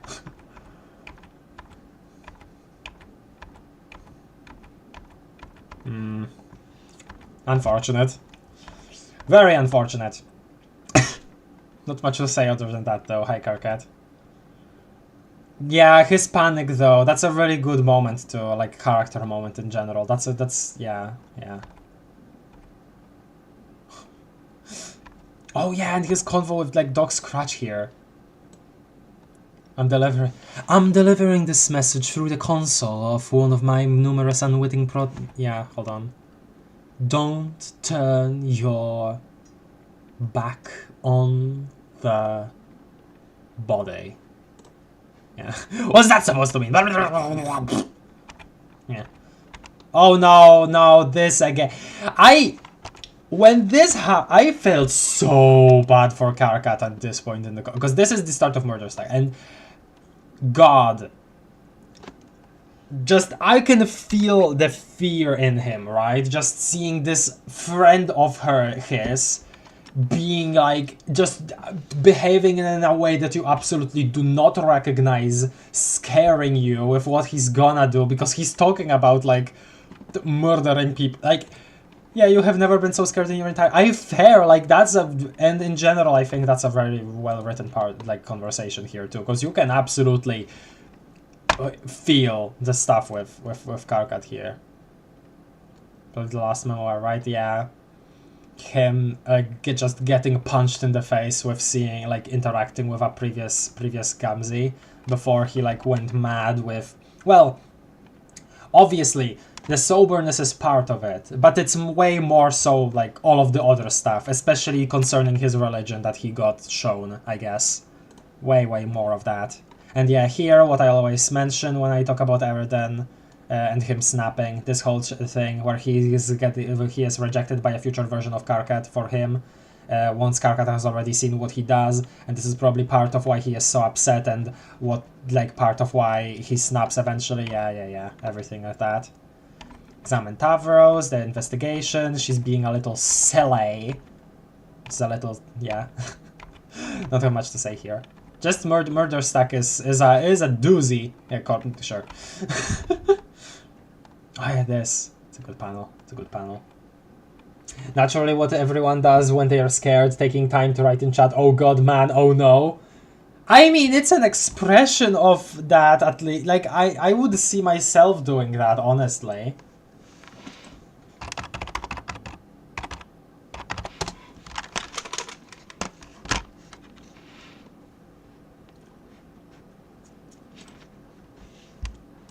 Playing the Carnival from Volume 7.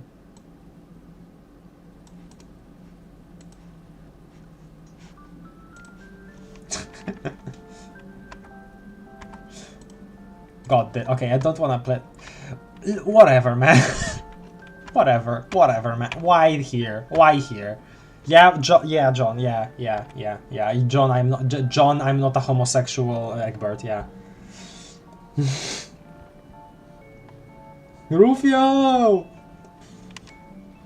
So I looked at the old Artonia Round sprites and oh my god, Nepeta's hat eyes change along with her expressions, genuinely amazing detail, all their sprites, I love you no matter how freaked up you are. Alright, Rambus. The Midnight Calliope, yup. I haven't read that comic. Maybe I should at some point. I haven't had much interest in the Team Special Olympics stuff. Is that what they're called? Yeah. Oh, this! Okay, maybe I should actually switch to a different song. Just a more neutral one, maybe. Okay, I'm going to be gone for 5 to 10 minutes to make the tea. Okay. Okay. Why is Batty not back yet? I don't know. Maybe he forgot. Perhaps. Okay. I'll play Pendulum. I like Pendulum a lot. I'll play Pendulum from Colors and Mayhem. Yeah, by somebody called Shandy. Very good song. Son, if you are reading this, it means you have inherited my wallet. You have truly become an adult man, wielded with responsibility and integrity. I am so proud of you. And I love that Egbert so much. Just genuinely, again, great character that, yeah, got it's undersold a little bit. That's gags, just gags. I won't react to absolutely every gag. That's good though. John Pictures. Very nice. Babe. Get in, loser, we're going shopping. This freaking picture. Good stuff, good stuff, good stuff. Okay, and then he makes it fly. Yup. Lift off! And Gamzee here. It's a good stuff. Also here, yeah, again, like driving alongside the squiggles there, like above the battlefield. Very cool. Also, I never commented much about this, but they used something to render this, right? Like the sky and battlefield while you're actually like above it. It looks really cool. I wonder how. And I wonder what exactly they did here. Because I don't think... I don't know.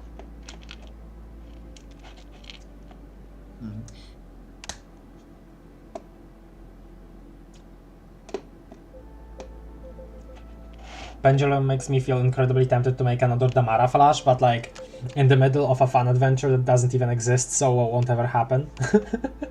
Aww.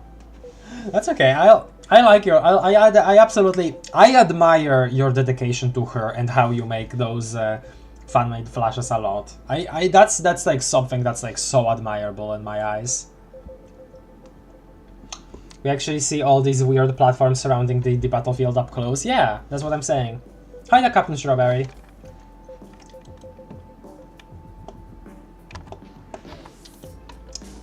Well, not yet the Vriska self-reflection chat. This is with Jade here.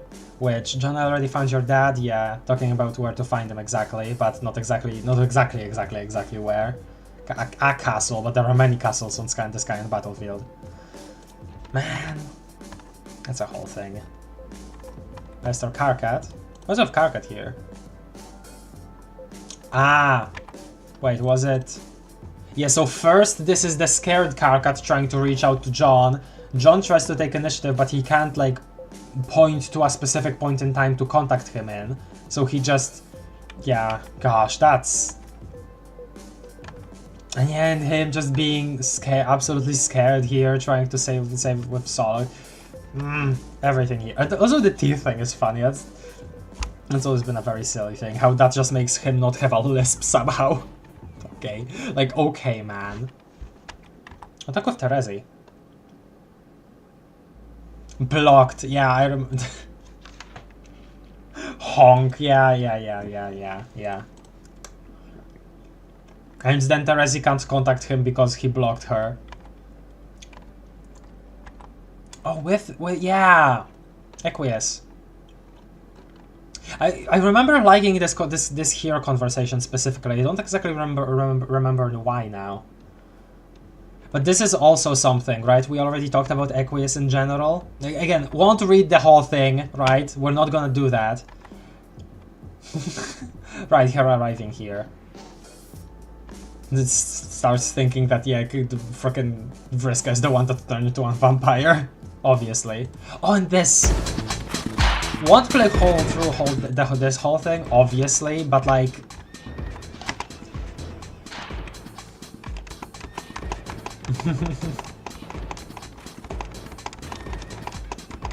Their conversations here, their interactions here are just the greatest. And it again shows Equius being capable of development and Nepeta just being a general good influence on him. If only he had lived. SMH. My favorite horse orchestra strong version. Good jumpscare by dance horse music, exactly. Even if you're speedy, I don't think you can tackle all... Yeah, I know. That won't happen. Yeah. So, yeah, this. Something that, I mean, you're probably not gonna...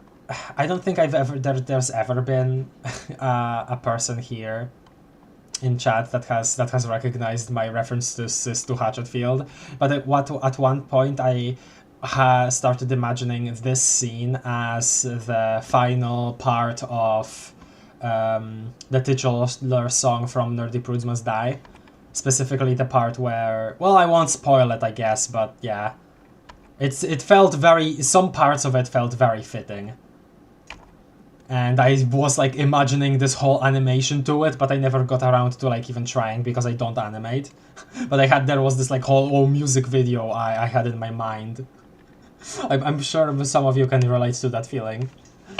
Hello, healthiest Moriva Legends? Pretty much. Yeah, Rails. Dude, there is this one horse pun in Secret the Highlight that's actually engraved into my brain. Which horse pun, actually? Which horse pun? Even if it was... Okay, Neil, yeah. I can't look at anything horse-related or equine without thinking of canter nunciate. Right, it's actually just a genius pun, I love it. Right. Pumpkinara, hello, it's been a while, I think. I'm pretty sure. Maybe there was another... No, yeah, yeah. I like that the tackle slide was a callback to the tournament. No, obviously, there are a lot of like visual callbacks like that, it's great, but... I guess we are in Gamzi murder mode territory. Oh. I'm sorry, Equius. And Nepeta. Open this. Man. I'm so sorry.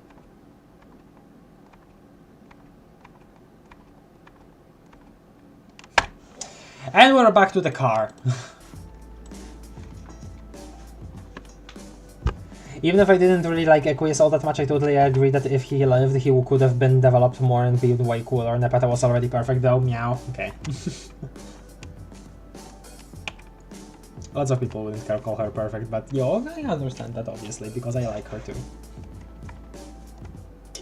Okay, what's this conversation? This is Vriska too, right? Yeah.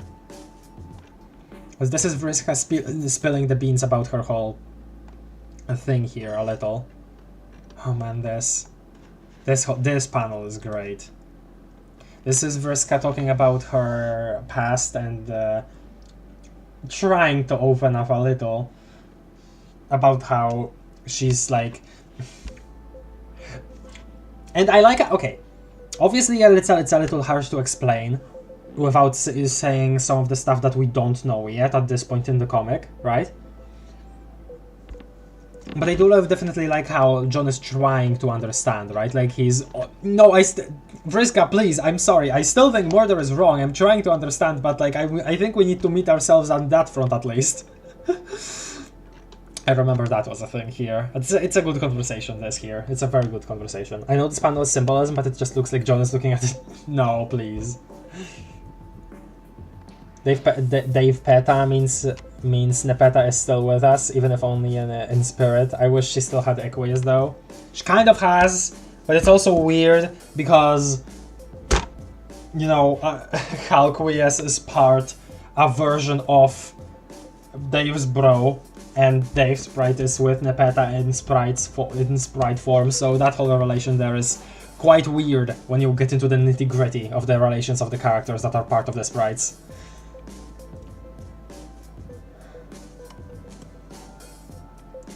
Even Gamzi doesn't get much. Like, Gamzi should have gotten more development in my opinion. Like, I don't even think that he did get that, I think, personally, Pumpkinara.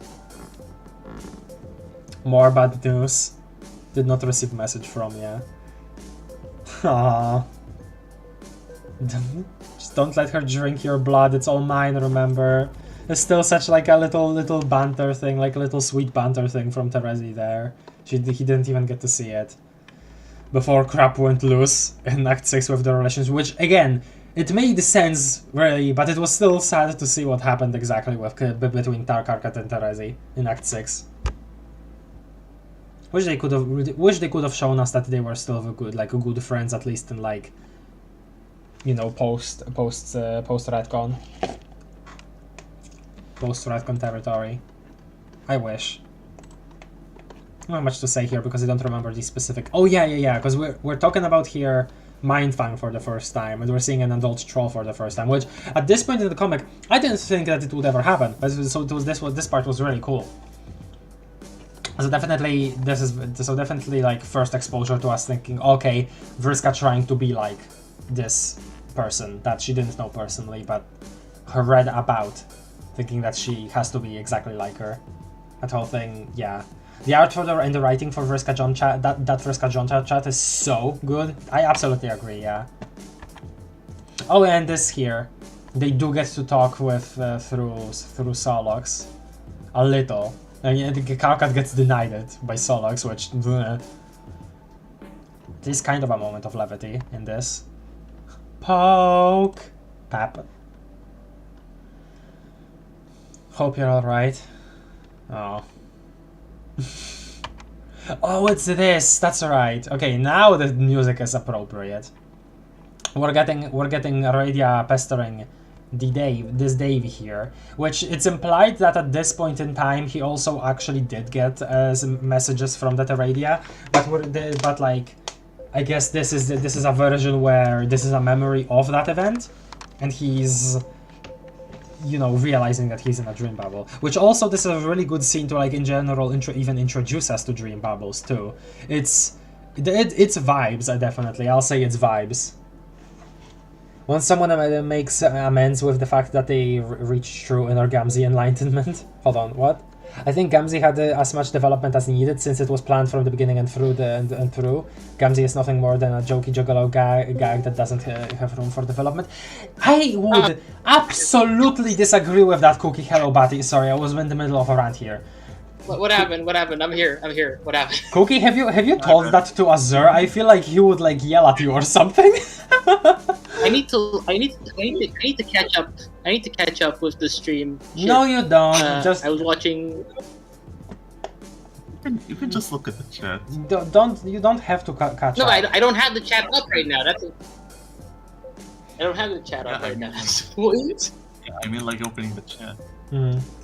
By the way, Saddest, I haven't seen, like, heard you talk much. I'm sorry about that. Have you wanted to say stuff, or have you just been listening? No, it's fine. It's fine. I like to listen.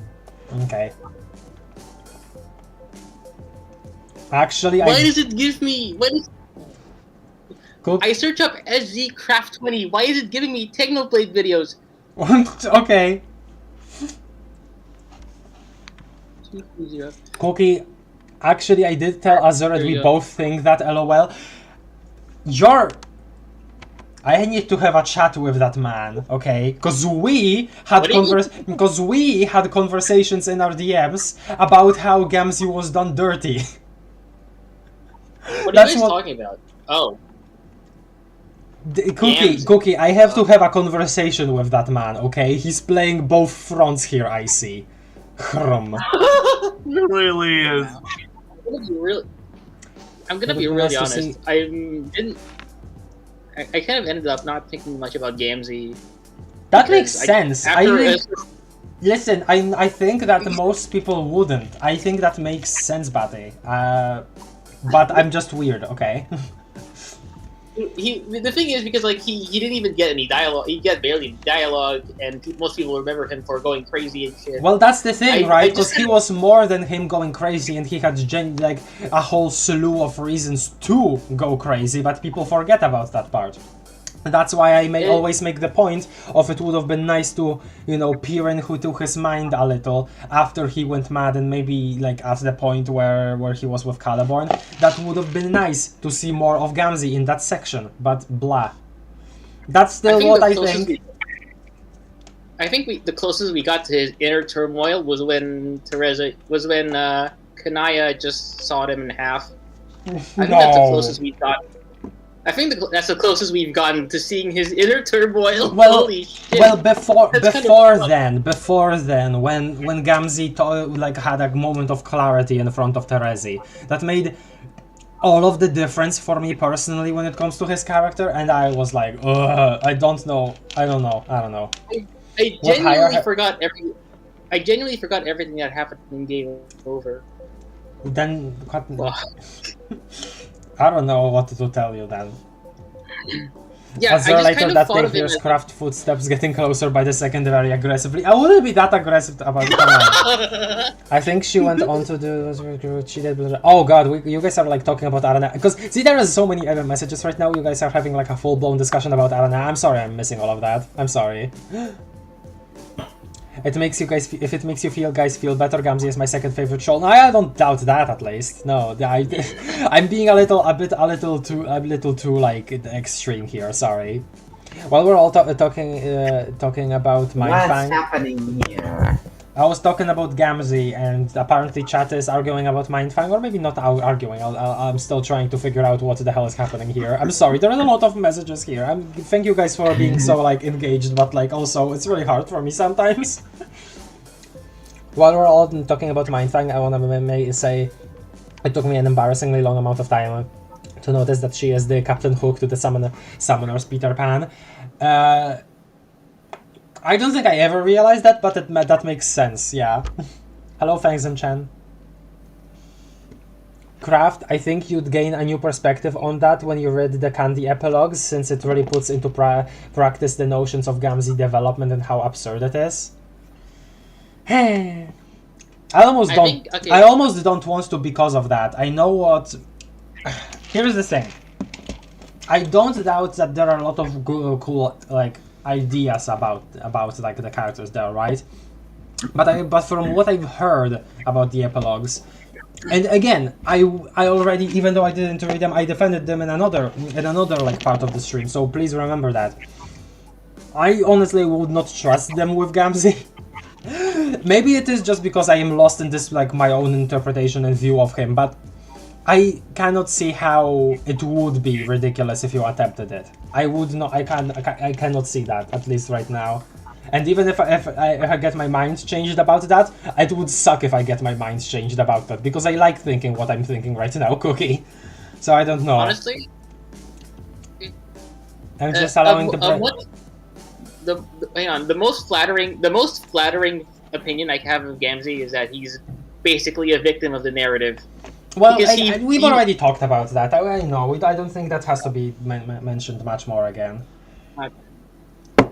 No, because he kind of just exists to facilitate. No, I know. God, it's hard. I know what you're saying. I know, but that's the thing, right? Because he didn't have to be, because there was more there. Also, notification on my phone. Yeah. Many other characters in Gamzee that also lack development in the comic, they also got fucked in the same way narratively in the epilogues. Yeah. TBH, I love what you're thinking too, because that is genuinely true to an extent. Because it's probably what I'm thinking right now about Gamzee.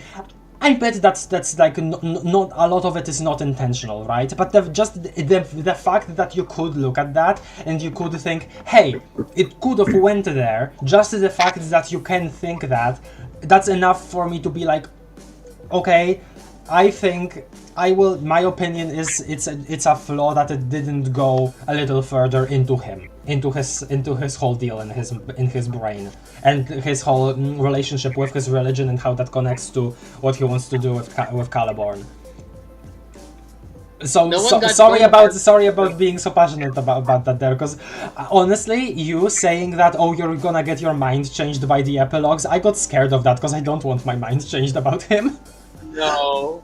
Oh god. What's the first letter of Apple again? A. A. Oh, crap, again, might be biased, but with many other characters than Gamzee that also lacked the development in comic, they also got fricked in the same way narratively in the epilogue. I want to give him a chance first before I get there. That's why I'm humoring anything that people say and that's positive about the epilogues, because I haven't read them yet. Maybe it's best to avoid other people's opinions about the epilogue. No, I wouldn't say avoid. I think it's still been interesting to. Okay, and understandable if you think that, because I don't know if you've read them. But have you read them yourself? Yes, I have. I can't say anything. I can't say anything. I mean, it's just. I think I like Candy more. Okay. Actually, no. Wait, no. Which one had John in that one scene? Is that Candy or Meat? For those of you in the know, which one had John in that one scene? I'll Was it hold on. Candy or me? I forget. I'm still trying to catch up with here. Another thread of potential for Gamzee that could have been explored more was the fact that his Lucis was never really there for him, and the last time he saw Goatdad was when Goatdad died before him because of the curse. Yeah. Don't apologize for being passionate. I don't think again, because of the fact that we didn't see how he was or if that was really important to already all that important to Gamzee, I'll say I wouldn't necessarily prey on that in terms of like explaining him. That's why I'm way more focusing like about on what Dave showed him, on the fact that he got hold of Lil Cal, the fact that he previously had already some pretenses with his good clown cult, the fact that Doc Scratch talked to him and we kind of skipped over that, but we saw a glimpse of it in Cascade. All of those things, I like to focus on them way more than anything that happened before the game started. Well, aside from him being in the cult. Okay, Ethan said maybe that he likes me. Well, I like me. I like me. Batty, sorry, but I like to read the messages in chat. Sorry, I'm sorry. God. What, Luna? What? You can let him read instead. Why is your thing not moving on the OBS? Oh no, now it's moving. Okay, weird. Yeah. I do need to pick and choose though because there are so many of them, Luna. I don't know if you've noticed. I do. I mean, I have. So that's why I prefer to pick and choose myself. That's the thing. And I just read all the messages. Because I take time to like respond to the longer ones, so it's hard for me to know everything that's happening here. One's enjoyment of the epilogues is derived from how they perceive the characters at hand, so I would also recommend not really taking into account others' thoughts. Okay. Then I guess it'll be informed just by me and only me. Yes, it has to be. Please. I don't again, I wouldn't say that, but okay. I think when I eventually read them and I make that presentation about them, because I also still want to do that, I'd like to have a discussion of the epilogues when I read them on stream. I think I'll need to definitely underline that as hard as possible, that it was my personal experience because of how I've thought of these characters after the end of the comic and how I've discussed them like after the fact. I think I'll have to like specifically underline that because I know that there is a lot to be, you know, gleaned differently depending on what perspective you have. I have definitely heard that, Cookie. The famous John scene from the meat. I think it's okay. I like meat more. Yeah, I like meat more. Not the candy. Epilogues kind of make me upset with how much they squander some generally cool ideas. The ghosts on candy. Dude, spoilers. Sorry, I'm sorry. I didn't realize that message was spoilers. Don't be sorry. Yeah. Be ruthless. Come on. No. Okay, guys, let's get back to the actual comic, like what the scene that we're looking at here. This is really good, very good introduction, like I said, to the Dream Bubbles, and I really like Dave and Aradia's this Dave's, but also Dave in general, like interactions with Aradia, which could have been more there because, you know, time buddies and stuff, and in general it feels like Aradia, while obviously not in exactly the same situation as Dave, I feel like she could have empathized with him when it comes to different stuff, because especially like in God Tier we see her, she is a very empathetic person, which makes her a good like guide to the afterlife as she describes herself later. So that's something cool, I think, always. Yeah, this. He witnesses his death. Not have much to say about that part, but it's definitely an experience for this Dave. Oh yeah, see, frowny face. Well. Oops. So then, I'm dead. And there it goes. Just don't laugh.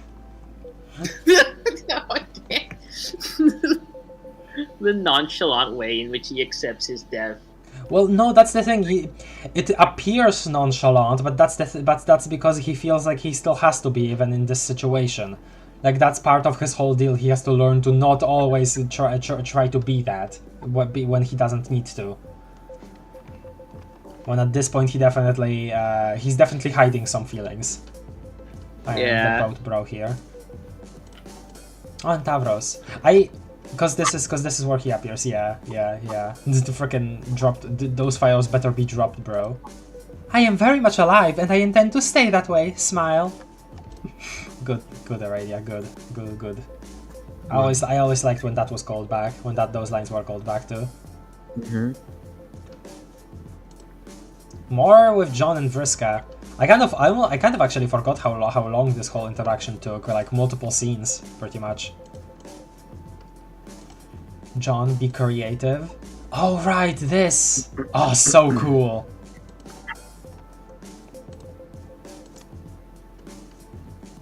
That's a pretty strong win. Ah, this also happens here.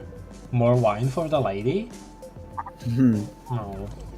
They were so cute together, like the little what we see of them. And then I got so mad at him. I got so extremely mad at him, like God. I hate hand holding. Stab. Yes, disgusting. These fucking humans. Fucking I'm pretty sure after we got to this scene, Azur was like, the freaking friendship ended with Jack, and he's no longer my favorite character. Honestly deserved. Yeah. This scene breaks my heart because of something in the author commentary. Oh, are you gonna paste it? Alright. At least Beck Noir is a dick. The Windrill is so cool. We're fast approaching La Londia Spades, Bound. Yeah. The Windrill. Yeah, definitely need to check out Richmond in general. I'm only familiar with Chixie. Oh! I mean, we're gonna play Friendsim, definitely. The order that I want to play the Homestuck games is release order, so it's gonna be Hive Swap, Friendsim, Pester Quest, and then after Pester Quest, obviously Hive Swap Act 2. Before Pester Quest, I'll definitely need to read the epilogues, because I know those are related. So yeah. I feel your pain as your fellow singular Dad Egbert fan. Fellow singular fan, yeah. As if that wasn't an oxymoron. Okay, but yeah, absolutely. He is such a good character! You guys don't get it! He is such a good character! Freaking, I get mad over this. What if you do get it? Well, I guess it's possible for you to get it, because I think Azur gets it, and I think that Cookie gets it, so... Yeah. No, we all love Egbert here. Okay. How did this webcomic crash Newgrounds like 3 times? I think 2 times, not 3 times. I mean, many people were interested in it at a point, and then it kind of dissipated after that. Meh. For further authenticity, you should also wait 6 years before playing Hive Swap Act 2. No. This I remember. I had to have this explained to me later. Mindfang's writing is very imprecise, in my opinion. And I barely understood what she was yapping about. So I had to later have it explained to me that what she was writing about in this part specifically, well, later here, right? Like a little later. It's... Well, here, yeah, but there was also something about, like, a slave, and Mindfang being in a relationship with a slave that belonged to Dualscar. There was something about that. I'm already forgetting about it. But a lot of people like to think that that's Dolorosa, which, sad that happened then. Yeah. Also, but yeah. At the same time, the parts of the ancestor story that we get to see paralleled with our current trolls is cool, because I think it also shows that simultaneous. Hold on, what's the phrase? Simultaneous. No, hold on. Circumstantial simultaneity. Yeah, that circumstantial simultaneity is just something that happens in paradox space on its own, and it can't be forced. Like Vriska tries to have it forced, which again she tries to force it. She tries to force that relation of events between her life and Mindfang's life, because she read somewhere that trolls are supposed to seek the legacy of their ancestor if they find it, if they manage to find it. That's something that she was told, right, or read somewhere about. So the fact that that happens is not all too surprising. But again, turns out not everything that that other people tell you about how you need to lead your life is correct, especially if you live on Alternia. The fact that Mindfang doing something very bad was posted on Valentine's Day feels like the sick, twisted joke that on Hassie's end. Oh yeah, that I never realized that, but there was definitely that thing with the slave that you're alluding to here. Yeah, definitely. The slave is absolutely the Dolorosa. Aranea mentions during Openbound how her story ended tragically and how she'd talk about her Aranea/Mindfang involved in that. Oh yeah. Oh, and this is where Gamzee gets a little involved. On the 20th, on the church, because this is, yeah, talking about... Ugh. Azure loves this guy, and I can't blame him. He's so cool looking. And the freaking crotch Zodiac. So cool. I like his design a lot. Very imposing, while still cool, keeping like some clown goofiness with the pants. It's a good design. It's a good design. You can see a bit of see a bit of blood that isn't supposed to be there. Lime, yeah. Yeah, I love that. I love that. This too, him alternating between the different honks. Again, I know what you said, Cookie, but I choose to interpret this as like the theming with the two theatrical masks that the sometimes are themed with, in general, clowns, harlequins, and would be sort of related to Gamzee, especially since Gamzee finds those keys on like Caliborn's planet, right? There is that relation with Gamzee to the tragedy and comedy like division, and I feel like that's also something that should have been like underlined a little more, because we see some of that in before Game Over and during Game Over when his two halves are split, right? There is not much thematic exploration of that, but I feel like there is something there, right? And I need to probably like see if I can like actually analyze that, but at this point it's mainly just like me thinking, so there's something there without knowing it's for certain. But something. I know I'm arguing for Gamzee way more than I probably should here, but blah. I like him and I wish better for him as a character. Oh yeah, and frickin' Kanaya drinking Terezi's blood and patching it up. She's so kind. Ah! My favorite ancestor design, and my absolute favorite here. Oh, and this. Won't watch the whole thing, because it's a little slow, but it's good, and the art is great. There is definitely something there, and I honestly see it as them deliberately setting up the fact that Gamzee's tragedy is undermined by his comedy. You know what? You could probably make some like character analysis centered around that. With the whole like pushed to his I guess character being pushed to the side for his for him being a comic relief later on, and I mean I guess not in this part, but like yeah. I know what you're saying, at least. That's what I'm trying to say. I'm sorry, I'm distracted by the art of it because it's really good. The bad, the really bad, and the lonely. The bad, the really bad, and the lonely. Yeah. Oh, Kanaya! Very cool to see her here. Also, I guess we are watching the whole thing. Hong Kong. Capania, true. Capania. Also, similarly to Bro, I want to believe Mindfang was the way she was because she was directly in contact with Doc Scratch. I'll say there is something there too, especially since Vriska herself was, and again, that's another thing.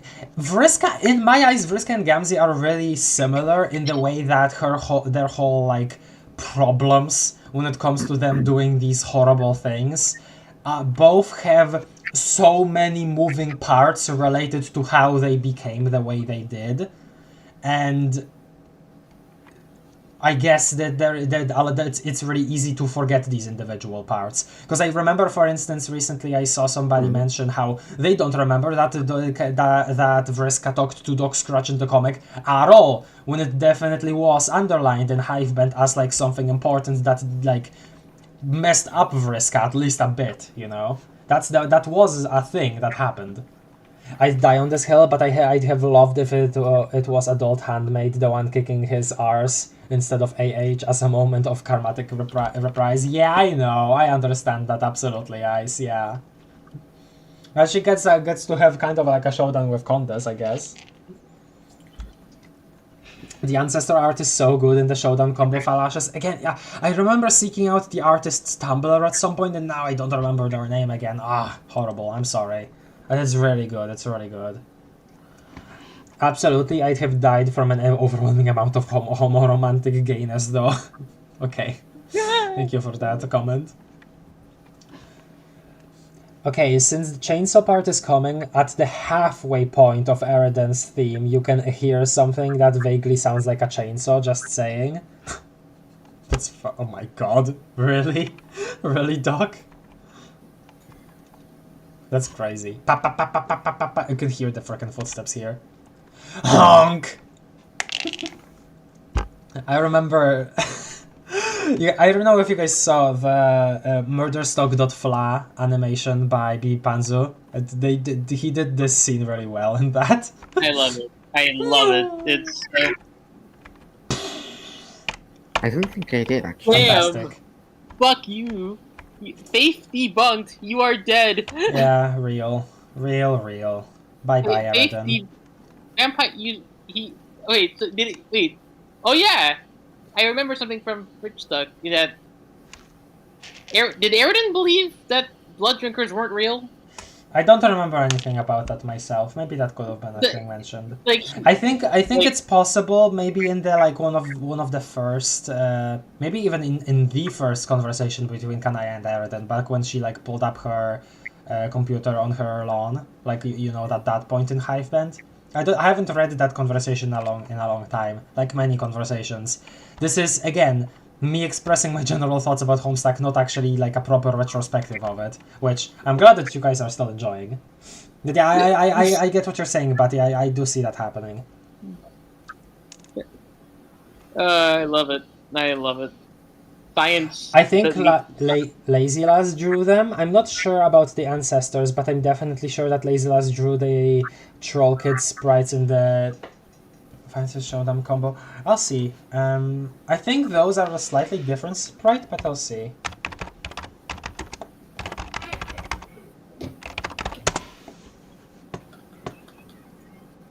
Hold on a second.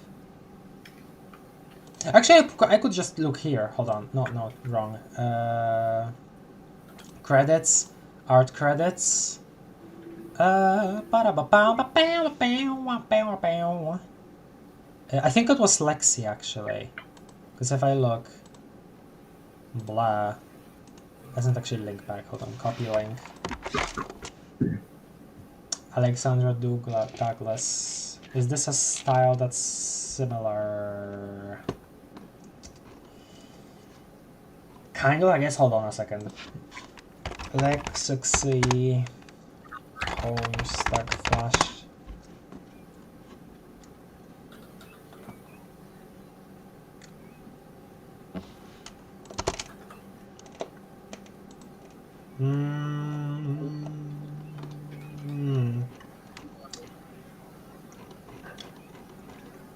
Okay, I can't find it right now.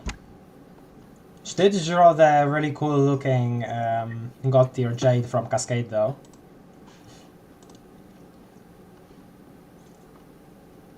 If there is anything in the build-up to Cascade who has taught me, is that Vriska having a curse of not having not just 2 but 3 bad parental figures is probably what made her so messed up. Yeah! Yeah.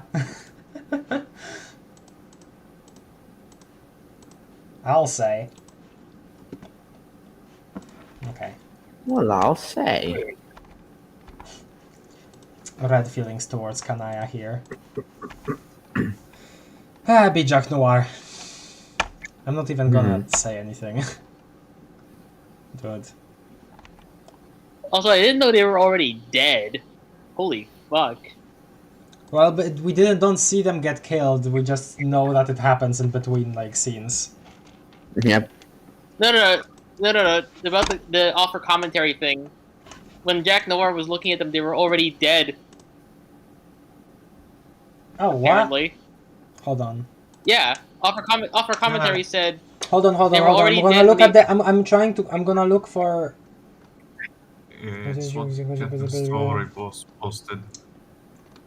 I'm trying to find why. Scrolling up. That they were already dead when they were holding hands. The wine was actually blood. Oh, blood is not usually that color. That's definitely something. DD time soon. Oh yeah. It's in fact so very, very stupid. You could have kept the glasses though. God.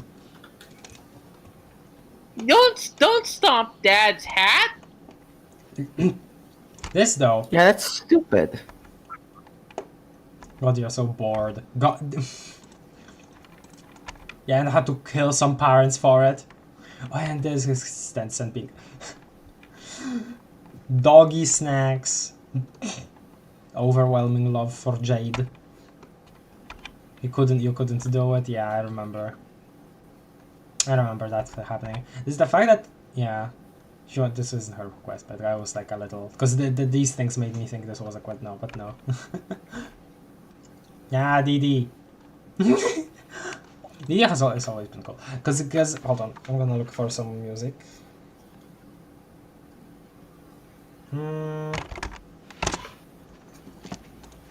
Hold on.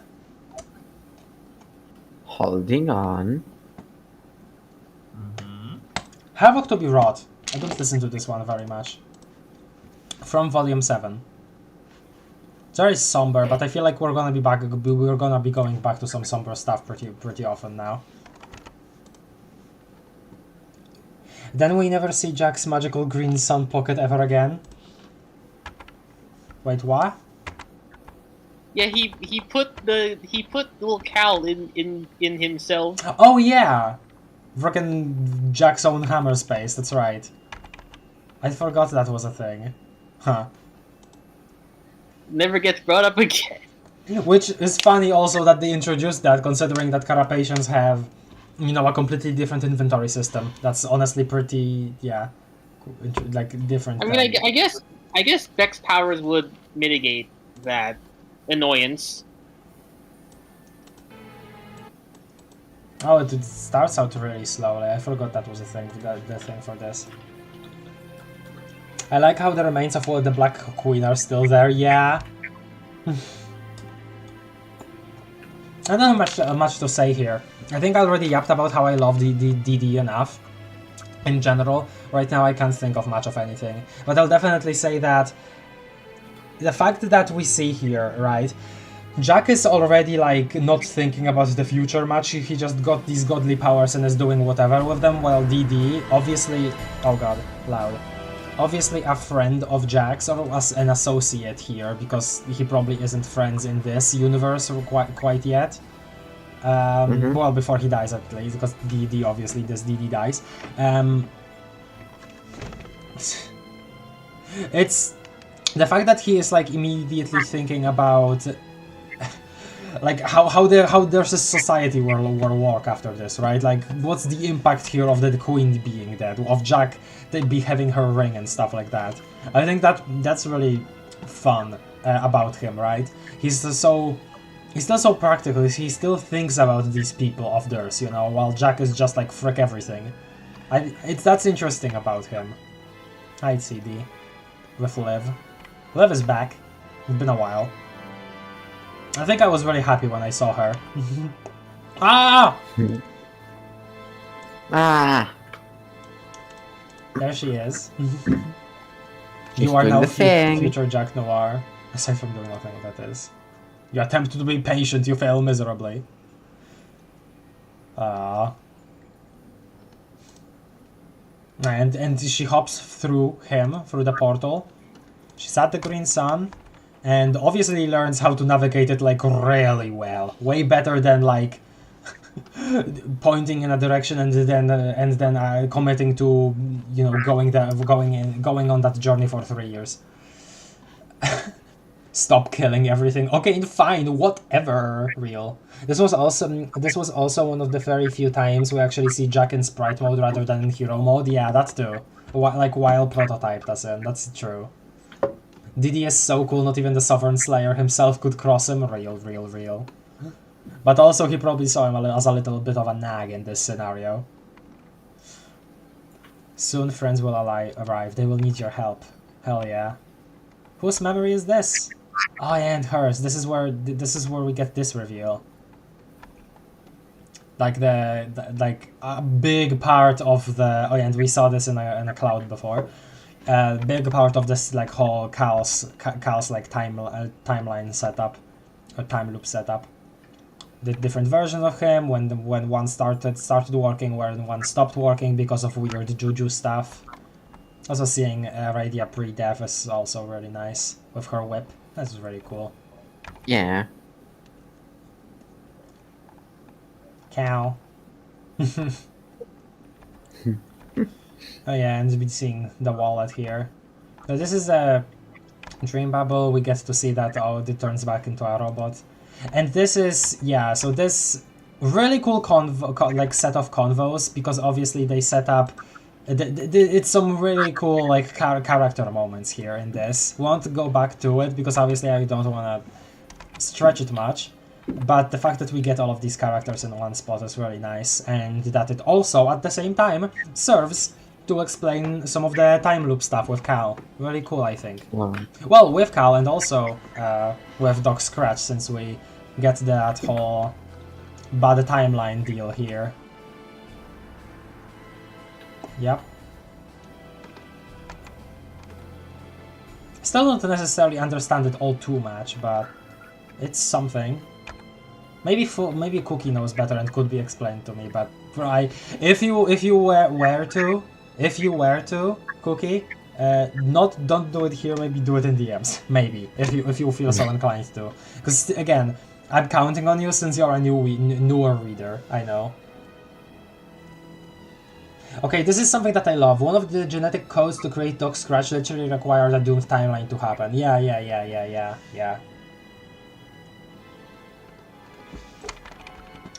Other than that, I don't have too much to say here.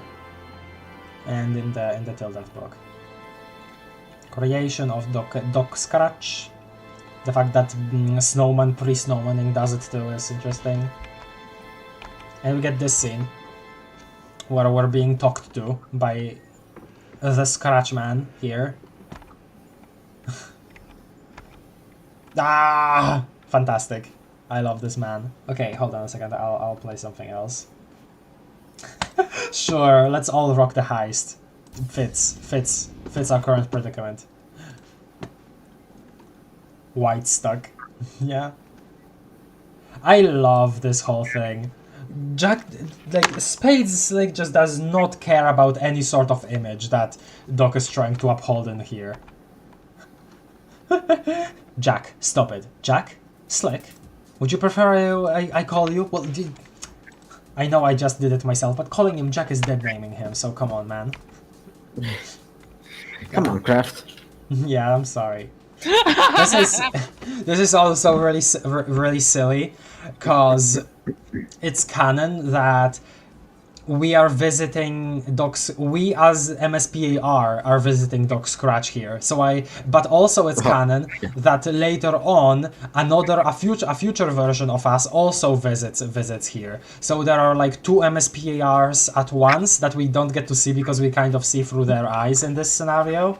But two of them are hanging out in here at the same time, and I think that's really funny to think about. Two MSPARs in this. I didn't know that. What's this? Why? Is this like a picture of like Doc Scratch in like a black suit? No. Huh? This. Wait, what? It's like at an angle, like round head, kind of like a white shirt popping through, probably black suit around. I don't know. Random thought. God, I remember me freaking out over him, like with his like suspenders. I don't know why I like characters with suspenders and like a bow tie or so much. I don't know what it is. You were boasting on about how hot he is when he did I this. know. Why did I do that? Reader upon coming across another version of Reader, they end up making out for no reason. That would happen. Jesus. It's also so funny how he decided to name himself after something he hates. Bilious, like, oh yeah, hell yeah, craft for suspenders. Stop.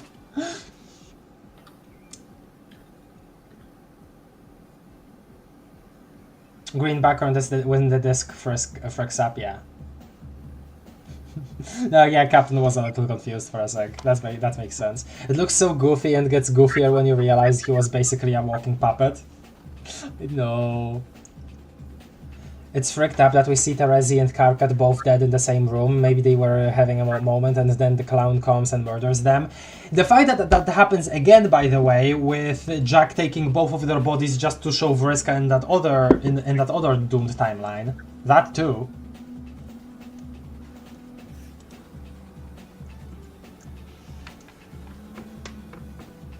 Be teenage girl from another universe. Yeah, this is where this happens, because we saw Jade look through her thing before. And the fact that, again, this is something that's so silly, but I wish that we would have seen a little more of this later, you know? Because there is a little bit of it in, hold on, Paradox Space, in specifically... Which is it? Yeah, this. Because we have here, well, this is not necessarily the cult from before, right? But certainly a lot of the concerts from that ended up later on the Golden Ship would have remembered Rose as like a leader in this position, right? The fact that we don't get that later is a little sad, but this has always been something that I wished we would have seen a little at least of, because this is the author of this comic kind of inserting like into the future. Oh, this is what will happen, because Casey has like thinks of Rose so well. They would have like instructed these resurrected skeleton consorts to build her a statue. I always thought that was very fun, and kind of sad that we didn't get to see much of Casey, you know, appreciating Rose as somebody that took care of her for a time. I don't know, whatever. I always liked that part of it all here, where Casey is just with Rose. They really don't interact much, do they, despite being friends? Yeah, that's what I'm saying. That's also that you could also say that same thing about an even more important pair of characters, which are Jade and Rose. They're also supposed to be friends, just like any other pairing with the Beta Kids, but we don't really see many interactions between them, do we? Which is also sad. Nope, you're right. Jack was bored as hell in the timeline. I guess he wanted to stir drama. God. Ah yes, the very last Jade Rose convo in the entire comic. Thanks, Cassie. I'm definitely not genuinely still angry about that, by the way. I'm not upset in the slightest. Fact, I'm wonderful, magnificent, even. God. The fact that this is the last one is insane. Again, we have this, at least. Which, yeah. Fan written, technically, but it's something. It was released officially. Doesn't really make sense to put in any place in a timeline, but it's fun. The fact that Jade talks more with John and Dave than Rose is kind of funny. And kind of sad, okay? And when I say sad like that, I hope you imagined it as S-A-D-D-E. God, this. If you don't, you have no soul. Well, don't say it like that. I will say it like this, come on. Look, Scratch's conversation here with Rose. I would have to... Oh, this is a nice view. This is the first time we see the Beat Mesa from this side, from the side like this. I don't remember exactly what happened here. I remember it being an interesting conversation to read, but also creepy for that one reason. And I won't go through it, but I remember that Jade appears in here at some point. I wish I would remember what they were talking about here in this. Explaining the Scratch constructs, yeah. This is okay. Yeah, no, I remember that at least. He is like making sure that she goes through with the scratch because it's, I guess, important for how things go. But also, I think there was talk about specifically the green sun there, and how he was reassuring her. Yes, yes, it has the power to the tool of like the two universes, and it like creates the green sun, which is the mass of two universes. Haha, very funny, Dog Scratch. Yeah. Asking about the Horror Terror's intentions. Well, not quite yet, but answer Jade, yeah, there we have it. So this is the actual last conversation. And here's her mom. Unfortunate, very unfortunate even. Yeah, this is where this happens. Suckers, yeah. I've heard apparently AH didn't because their colors together were too annoying or something. That's so stupid. Okay, what? Which is just as stupid as them killing Feferi for getting annoyed at her quirk. Both cases, especially that last one, as she had so much potential, especially considering her connection to the Condes and, you know, Horror Terrors. Like, huh? Are so infinitely frustrating. I love HS, but goddammit if AH loves wasting potential, huh? Real. Time to go completely off the deep end. Yep. And Kanaya watches the fade out here, as she has many times before, most likely. Just kinda in the mood like right now at this scene. Yeah. There she goes. Yeah, well. In my opinion, S-tier descent is peak, Jack being a legitimate threat and a real monster. That's true also, because we see him murder all of those people that we met before at the castle, or taking refuge at the castle. It's really sad. Shut up. Shut up. Yellow Yard! That's the important part here. Yes, I know. Other than that, shut up.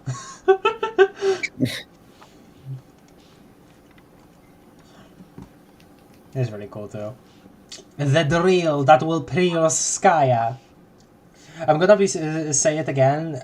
That Hassie hating writing Feferi's quirk and killing her off for it, and then introducing a more important character with the same quirk is hilarious. Why are they like that? What? They're talking about Mina. Fucking Mina. It was right. Mina was supposedly less annoying because she only had the quirk when she was saying in full caps, which wasn't all the time. And I guess that was what the difference maker there, which blah.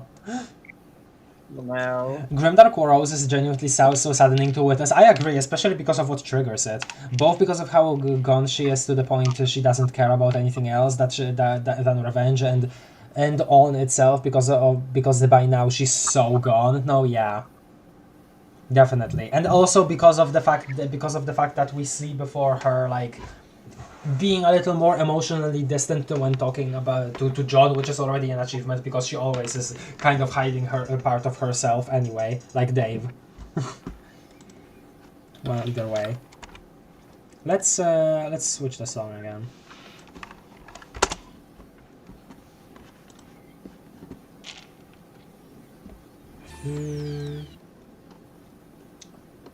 Let's do... What does Pyrocumulus freaking sound like again? I forget. Oh, it's a rendition of... not now. Kingside Castle? Yes! Kingside Castle, okay. Oh, oops. Weird face again.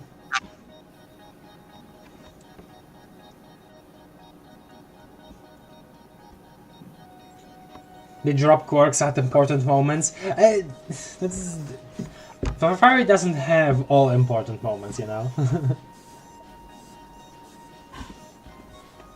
I guess that's the thing.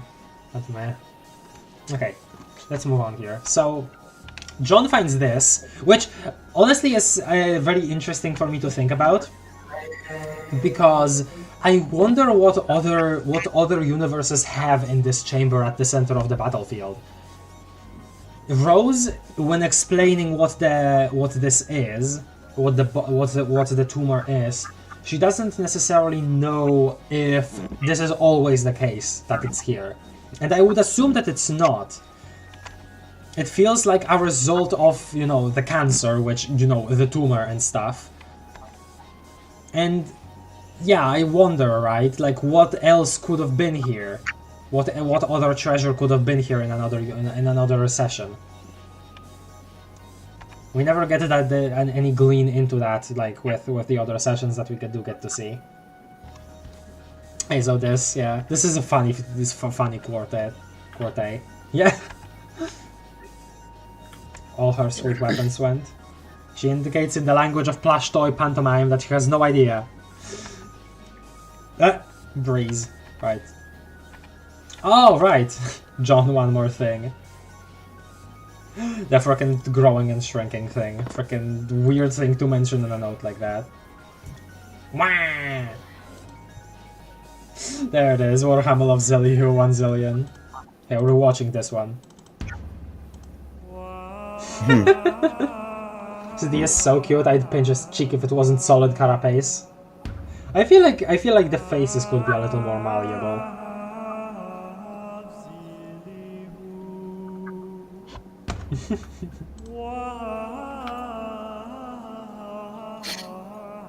Official John voice. A lot of people like to think of it that way. I know that. Okay, I'll actually go BRB here because I need some water, genuinely.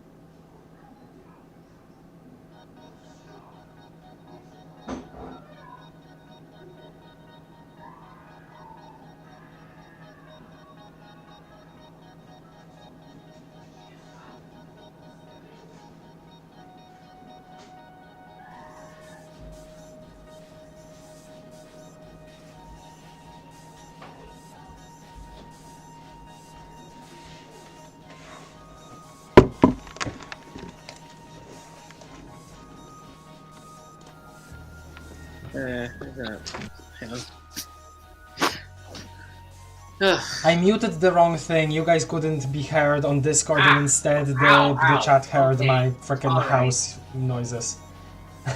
Yeah, it's probably gonna hurt even more when you get up.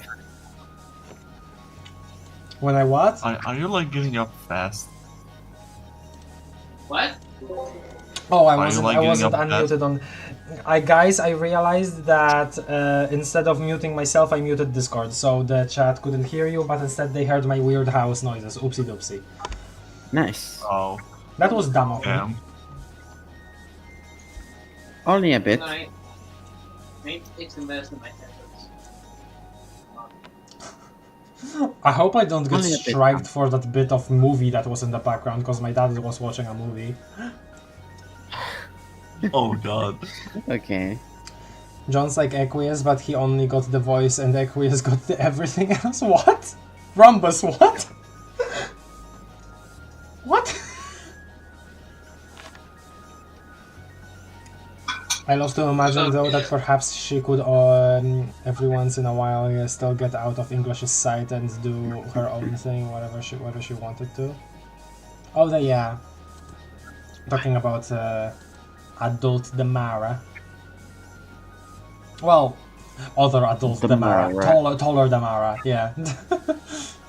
Because Witch of Time, if any class can break any possible rule of time even more than a lord is a witch. Okay.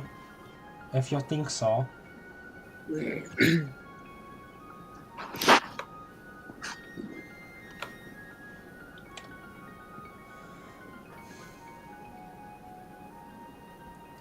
Paramore? What is that? Okay, let's move on here. Not much to say here. Silly idea. John suddenly deciding to look epic and then going back. Wow. Oh yeah, because this was WV8 the other eye. Yeah, freaking. Oh yeah, he struck that thing, gave the wallet, and this guy, freaking the spy in the group.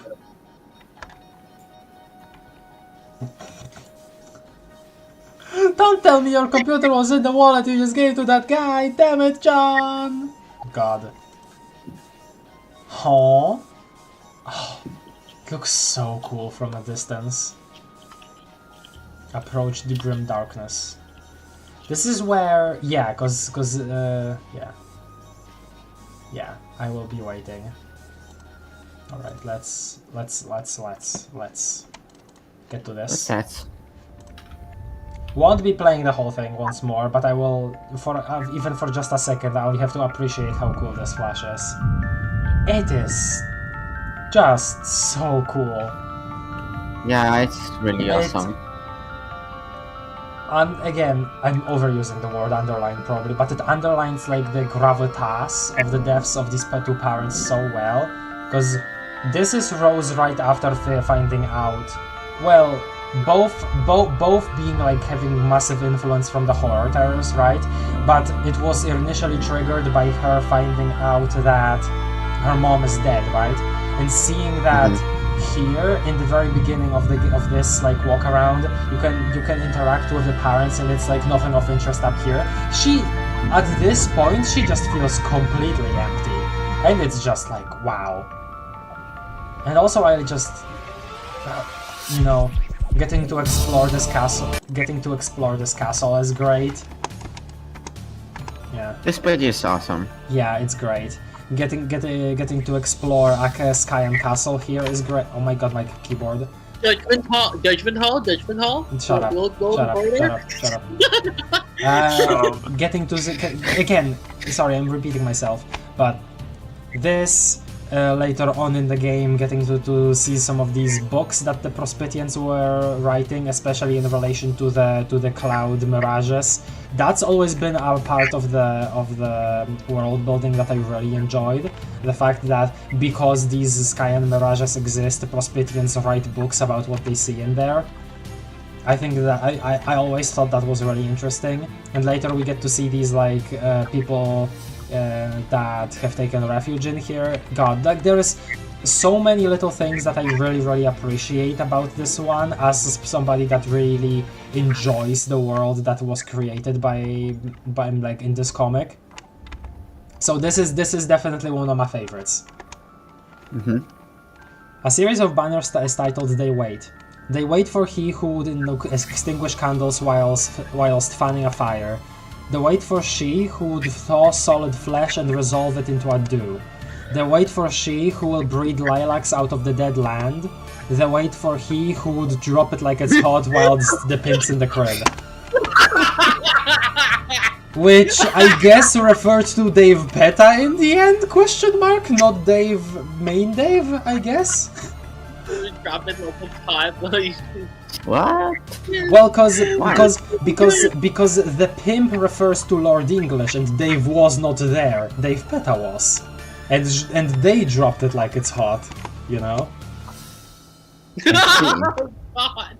And also this, though we adore him, we shall... I don't think he was looking that Hassie was looking that far ahead. No, I don't think that they thought of Dave Peta this early on, but the prophecy that was in here ended up being more so about Dave Peta than Dave himself, you know. So yeah, that's what I was thinking. Another thing that I love about this flash, it literally shows how many acts are left through the curtains later on. Yeah, that whole sequence is really interesting. The prophecy misgenders Nepeta, Dave Peta, real? Though we adore him, we shall never enjoy his beauteous croak. We spill our blood on acres of black and white so they may cross the yellow yard. At last, in Skaya's reflection, through broken glass he may find the pond in which he is meant to squat. So this is obviously about the tadpole here having to travel to a whole nother session, aka, you know, Skaya's reflection, different Skaya, to actually settle, which is really cool that that's there in this book. These are really cool. It looks to be a fairy tale for youngsters. I'll have to come back to this on my own time. Sorry, I'll remember these books being really fun. I won't go over all of them here. But since somebody mentioned the really cool thing at the later point in this, I'll go ahead and at least get to that part. Oh yeah, here. Frickin' Carapacian dialogue sprites, really cool, I think. Swooning over a hero of lore shared by the two kingdoms, a great man who united opposing sides against his tyrannical king. The revolt ended in a tragedy, of course, which is typical for their folk tales, but it is no less inspiring. Very cool. Love that too. Having these citizens of the Incipisphere just like have these stories, right, based on these major events, because it makes sense, right? It just makes sense, and this is super cool. Which, hijack. He goes on to murder everybody that was here. Also here, Major WV simping, the correct WV appreciation. Can't remember where it's shown exactly either, okay. War villain, my goat. I think the final part of the prophecy only fits John, seeing as he's the one who directly fits Celeborn in his crib. And that's the thing, though. It was in the order of the tapestries. The different parts of the poem were supposed to. Hi, Beat Mesa, like miniature Beat Mesa for some reason. The different parts of the poem were supposed to refer to the different kids, you know? So that last one was supposed to be for Dave. That's why I'm thinking of Dave Peta here. The last green curtain. And we have Jonathan.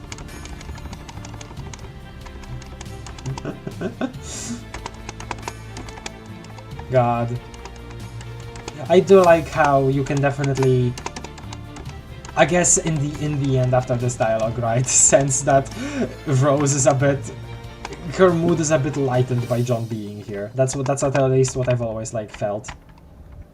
Oh yeah. In this room. I think so, yeah. Aww. They make such a cute couple. The king and queen are pretty nice too, hehehe. Okay, sure man. Grimdorks ain't happening, okay? It ain't happening.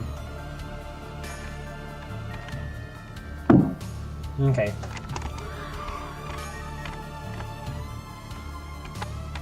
John's Lalondia bound talk sprites, oh heck yeah. Yeah. Very good. They look cool. Oh, where am I? Oh, right. Dumb. Yeah, well. You know, I now obviously see this, and I think it's really sad, a really sad sight. But back when I like went through this, I didn't even realize that these were new corpses. I did not realize that these were the people we talked to before. I did not even realize that. I feel really bad for that. Oh wow. But that was the first time we went through this flash. Why did the narrator predict the ships in his own story wrong? Is he stupid? Are they stupid? Yeah, perhaps a little. All the green curtains leading up to it, IMO show that the Act 6 subdivisions weren't just random whim decisions that were actually planned ahead. That makes sense. Like it already had quite the quirky structure, so it only makes sense to plan an even quirkier structure for the next act. I still think that while funny, dividing Act 6 in that way instead of making more numbers, just straight up, probably hurts the general view of Act 6. If it was more divided into more numbers, like up to 12 even maybe, people probably would have a way more charitable view of, oh, no, yeah. People probably would have a way more charitable view of like these separate pieces. And as it is, a lot of people see Act 6 as some of the best parts of the comic combined with some of the worst. So, yeah. And this Flash.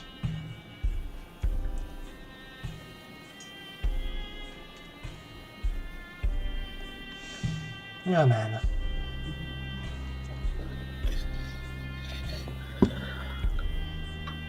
Really good song. This is a really good song.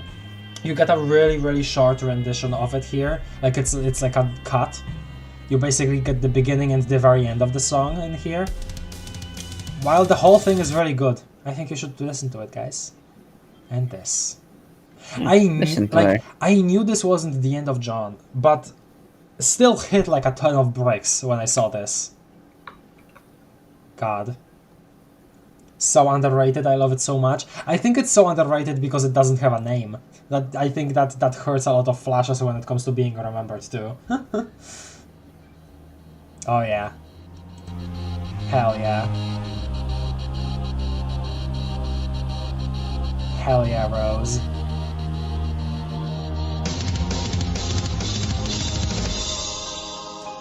I can't even begin to describe this ending too.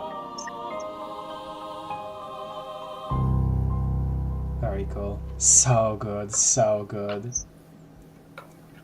The walkarounds are unpopular? I would say that more so on the side of Openbound in general. A lot of people see that as a hassle because of how the characters that were introduced in it were not used later. I think it's great because I loved finding out about all of these new trolls. But in my eyes, it's more of a shame that these introductions never really led to much. That's what I think. But I mean, you probably already expected that from me. Oh yeah, and this, yeah, we're very close to Scratch Stack now. We're super close to Scratch Stack. This is obviously what we saw before, like I guess foreshadowing of this. I've never heard it be referred to as Scratch Stack. I think that's something that I made up in my head and I like it, so I keep calling it that. Okay. Real, I agree with Kraft. I love the Openbound for that reason. Yeah, and seeing all of those mixed locales, the sprite work on both the actual part of like the characters and the environment was super cool. I always find it really fun to see what random items were in those chests. There is so much to love about Openbound, especially Openbound 3, where you get to, interact with the Meteor Gang properly again. There is so much there that I love. Openbound was a bit of an slog because it barely mattered in the end. You could just get through like half of the first one and get all of the context you could just find out later. That's the thing though. I feel like it should have been more relevant because a lot of people think of it as like, oh, I need to get back to the regular comic. Like, no, that is part of the regular comic. Log in. Exactly. Okay. It's true. Well, this is yeah. Dave trying to deal.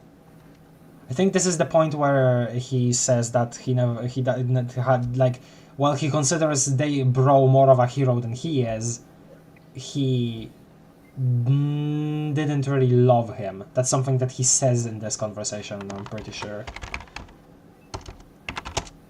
Is it here? No. This is so completely illegal. Hi AR. One of the last parts that he like does anything. Gosh, the atrocity cannot be unpunished. Throw whoever is responsible into the slammer. Slammer means jail, by the way. I love you AR so much. I love you. Okay. I haven't read all of HSETAU, which is a really cool MSPFA you should check out. But AR, the glimpse of AR that I got is so cool. AR is such a cool character in HSETAU. And he's like basically the same character as he is here, but they like make so much more of a connection to Dave's character through him, and it's absolutely fantastic. Y'all should seriously read HSETAU. It's one of the best MSPFAs that are just out there from what I know. And not many people talk about it. It's great. Okay, whatever. You call it the slammer when you are extra angry at crimes. Take note of that important principle, because I am deputizing you, even though you are a kid. Take notes on this important principle. I love also the fact that the different exiles have like different impact on these like the kids. Like Rose just straight up hears it, same for Terezi, but John just sort of has like an impression what he's supposed to be doing according to AWV's commands, and Dave just like hears them but also says them for some reason, like without realizing that there is an outside influence going on. It's so funny.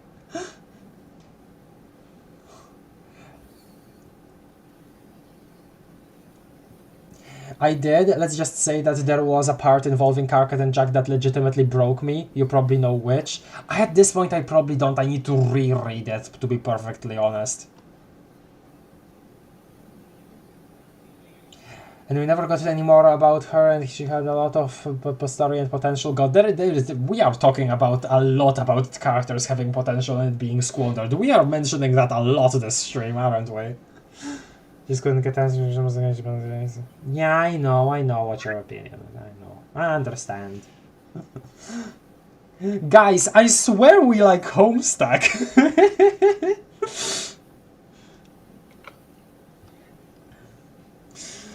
That's debatable sometimes.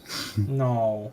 The fact that I love it is the reason why I wish it retroactively did better at some things. Yeah. But only while I am away from my jurisdiction, which I think is forever. Bring the criminals to justice, young deputy. Each Munitis agent must pay for their crimes. Exactly. That's so real. Right, and this is... I must explode this ridiculously illegal edifice. I love you, AR, so much. Yeah, we can still have this conversation here. This is... yeah... a little bit more of the plan, I guess. Oh, here.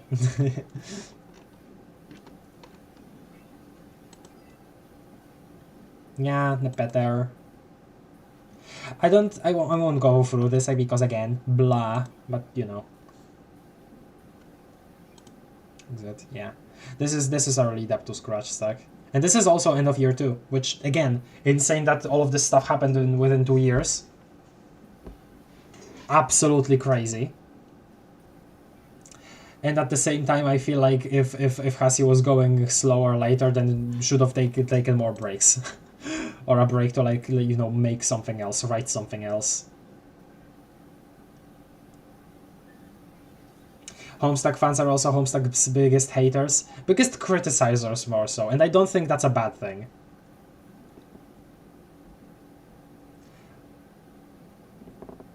Disc 2 is missing, yeah. The fact that this is literal was funny. As Terezi proceed.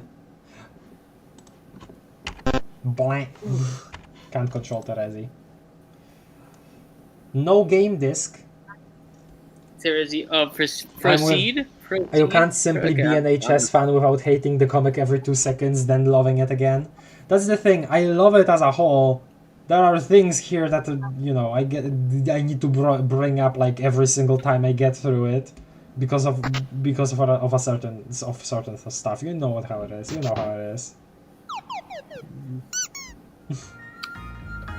Gamzee appearing and disappearing. Freaking ninja techniques here. Bro ninja techniques.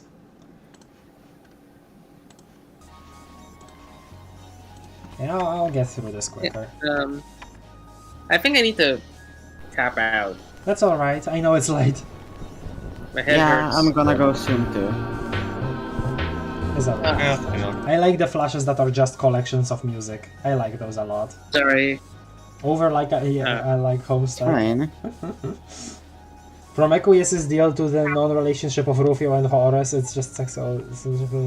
Oh, you guys are talking about the Ancestors more. I kinda missed that, sorry. Oh, talking about MLM content in Homestuck? I understand that, yeah.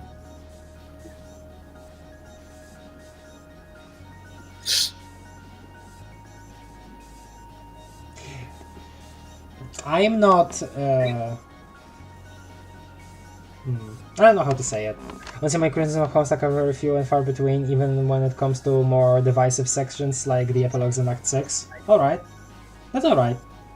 I hope, I'll say Cookie, I definitely hope that me complaining about so many things isn't souring your experience of the comic, because I still want to absolutely express that I like it a lot, like I said before already multiple times. I really do hope that mine, like saying I wish they did this, I wish they did this, isn't souring your experience much. I really hope so.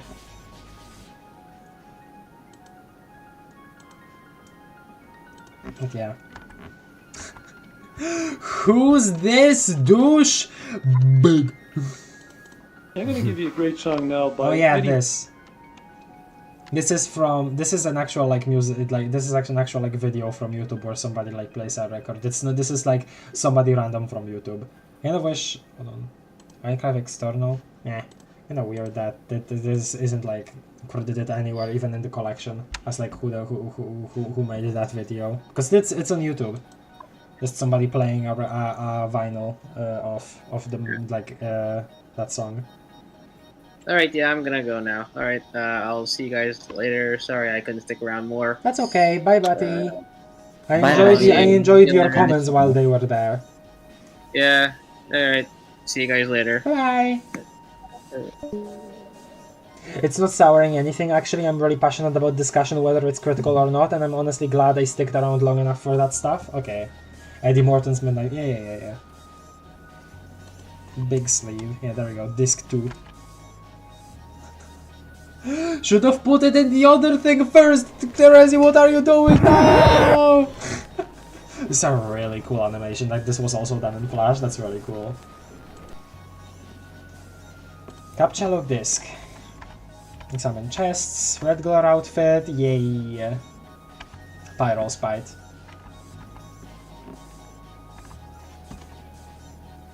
Yeah, I wanted to make sure if I got the name right, and yes. Horrible. Get away from him. Get away from her. Like, Terezi, get away from Cal. Cal, get away from Terezi. That's what I meant to say. Oh yeah, more of journal. Suppose I await my trial. The fact that Gamzee took away, like, got part of the journal and that was relevant to the current situation and put it for Terezi to read here, that's crazy. That's crazy, Gamzee. Ah!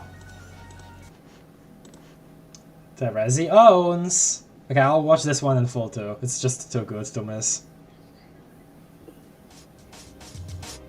Sis, roof, now, bring the puppet. Wait, can you not change the volume of this one? That's strange. I love it, man. It's so hype. It hypes you up so hard.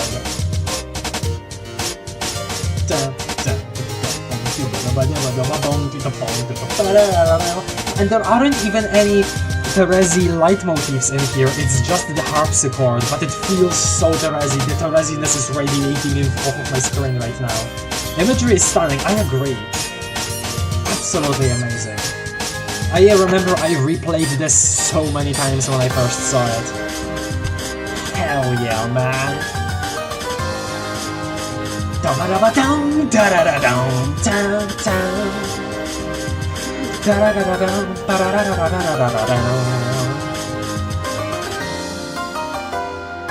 Yeah. I need to zoom in on those trolls at some point. I wanna see what they look like. So cool. The drums from Upward Movement, I love this so much, yeah.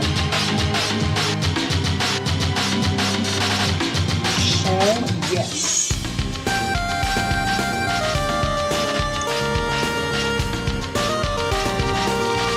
I've been awaiting you. So good, man.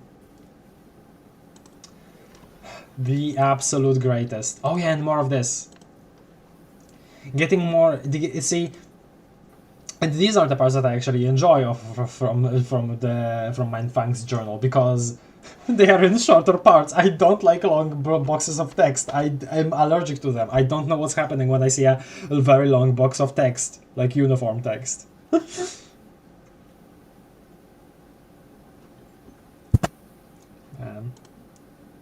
That's good though. Yeah, that happened.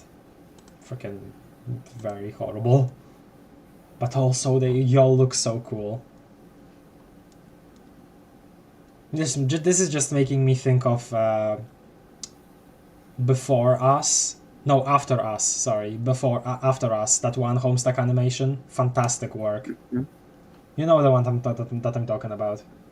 His Honorable Tyranny, yeah.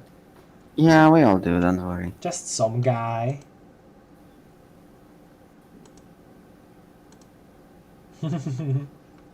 And here talking about her having this because of Doc Scratch. Yeah, it's talking about the summoner here, explaining how, yeah, what happened exactly. The whole, like, fell in love, and then the summoner had to put the blade in her to kill her. And that's what the Vriska was trying to replicate with Tavros. And then we get as Flip. Darkly, or hell yeah. Theory time, his Honorable Tyranny is the same species as the Imperial drones. Well, aren't they robots though?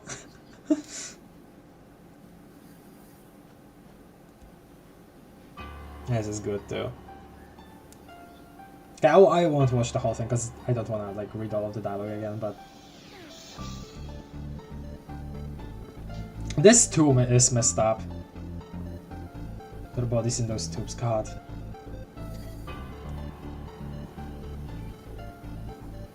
The drones on Alternia were actual living beings. Oh, I mean, I probably shouldn't be surprised considering all of the other biotech, but yeah. Didn't Karkat want to be one of those? No, he wanted to be a Threshucutioner. I'm pretty sure.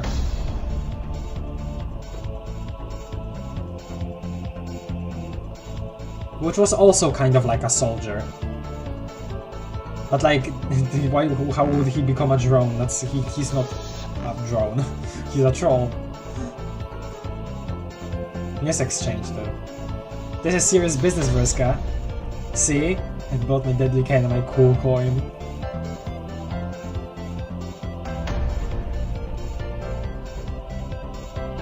Honestly, thank god it only got all glitchy after Terezi owns. I'd hate to hear a corrupted version of that song. Yeah. Terezi getting serious here too. Man. Gamzee isn't dead, you dope. S ride there randomly.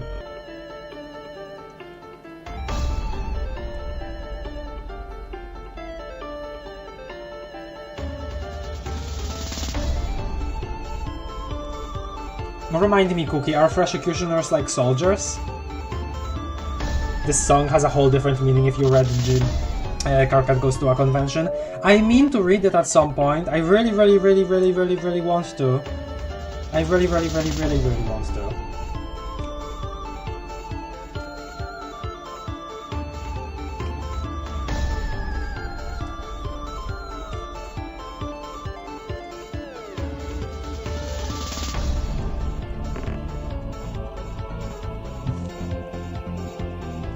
At this point, since we're so far in, I guess I'll let it play. Even there, when they are this close to each other, they're still playing with each other. A little. Terezi is trying to cut it, you know?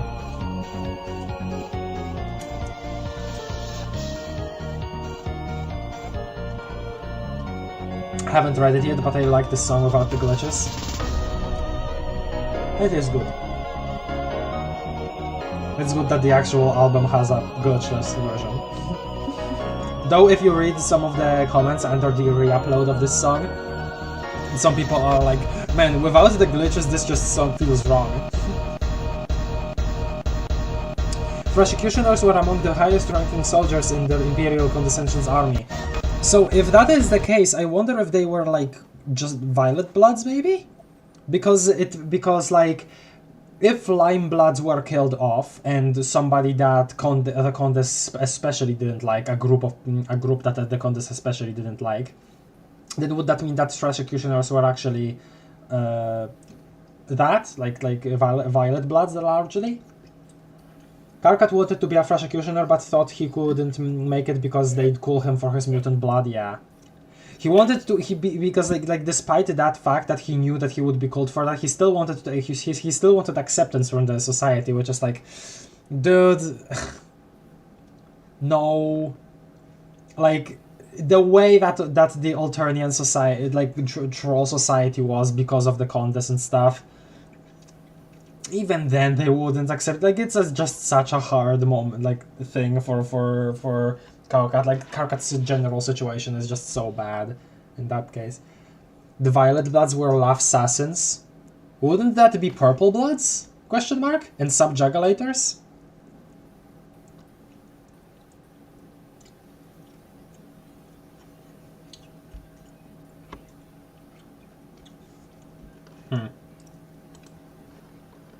Oh well. Visit Doctor. You rang? Please come in. God, okay. This part, God, I love this part. Since we're getting multiple stories at once at a certain point, and it's still like all fairly comprehensible, right? Because up here, in Pester logs later, and then through here, it's like, really cool. Let me put on an appropriate song.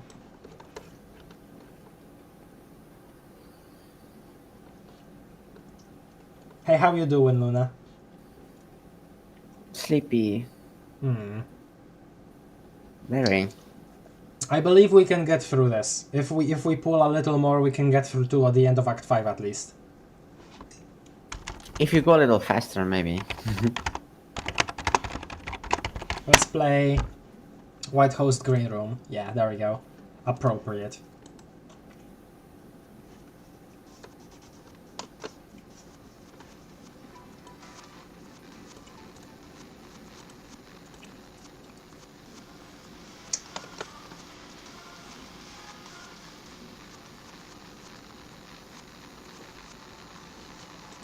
Okay.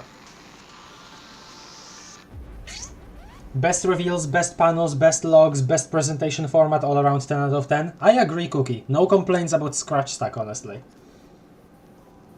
This is honestly a great way to tie together all those different simultaneous plotlines right to Cascade. Exactly. Welcome to my apartment. Let's take a look at this disc. She really did a number on it, but yes, I can fix it.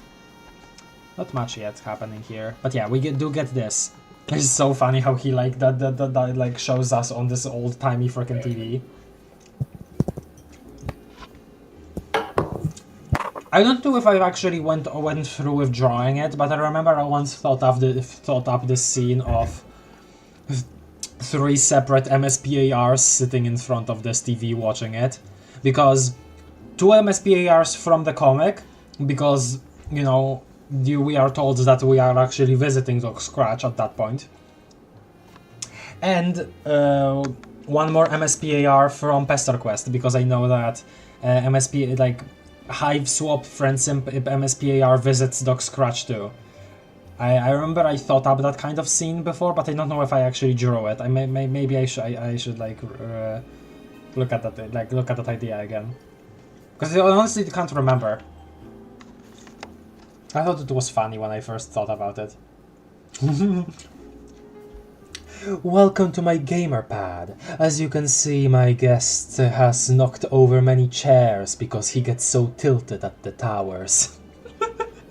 So real. Honestly, this is a tower. The Spade Slick does get tilted at the towers. That's real. Randomly came to mind because of a stream she did recently. But have you watched all of Molly Stars' Device Theory yet, Craft? No, I'm sorry. Each time I approached it, I got distracted by something, and I kept saying, okay, I'll watch it later, when I'm ready mentally. So, no, I haven't, but I know that it starts with, like, a reference to Andrew Cunningham's What Made Undertale So Special Anyway video with the whole Circles of Fiction thing, but Molly had Squares of Fiction, which, haha. And that's all that I can remember, honestly. I have to get to that series. But she has made all 3 parts now. I definitely have to binge that soon. Because from what little I've seen, she is like super cool and theorizes super well. I don't know. I really have to see it. Thank you for reminding me.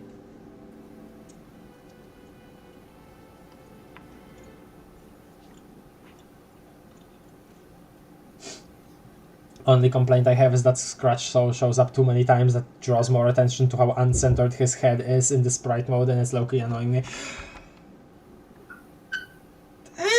I think it's good. It follows like a center of gravity, I'd say. I don't know. But yeah, this.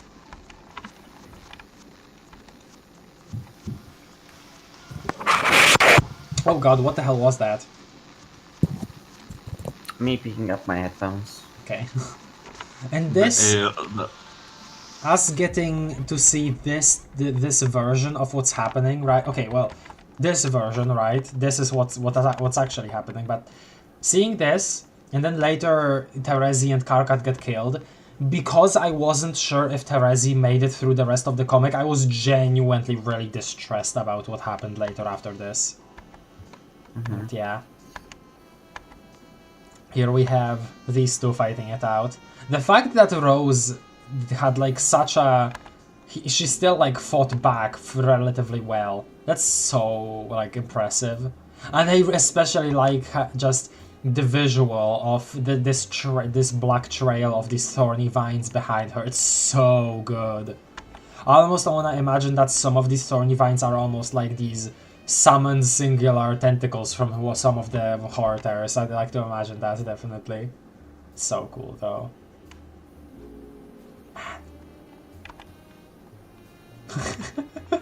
It keeps happening, probably, yeah. Moving on. Alright, then. Yes, so yeah, she's implying that she dies like he died. Which... we still didn't get a resolution on this. At this point I did assume that John would come back, but yeah, I'm pretty sure when I got to this part where he pointed out, hey, you as the reader saw this scene already, how come that happened even though that should have been like way more in the future than when we saw him die. So yeah. Oh, I like this panel, it's really cute. John is really cute here. This too. Despite this being just like a stock image of some industrial looking like structure, the gradient work here, the fact that it's monochrome up and then a combination with the view of the beat mesa, it makes for like a really cool scene. Despite it being, you know, just like some photo that was edited here. Very minimally. I like it a lot. Wonder if any player could on their own solo Beck Noir if they really tried. Like IDK, I feel, for example, Solux or God Tier Dave could. Maybe. But I think a big part of keeping Beck Noir threatening throughout the beginning here, throughout this part of the comic, is this prospect of, oh, I don't think anybody can solo him. And especially since everybody is so like divided, and especially considering the risk, right?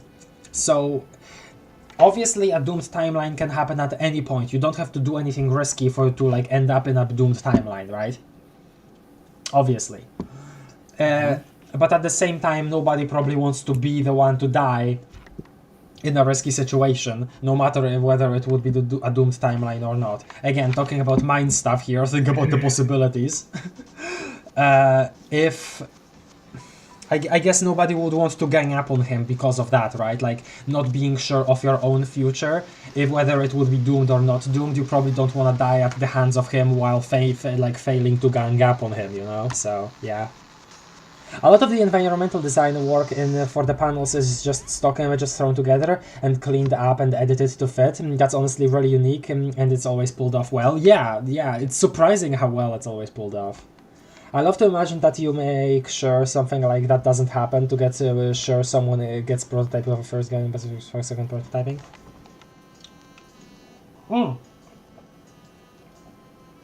That would be fun. Like if somebody had already known about how Spurb stuff works, specifically strategizing in that way, that would be cool. Dave probably could solo Bec Noir if he was promised an alchemy recipe for his ribs. If he did, what? For his ribs? What?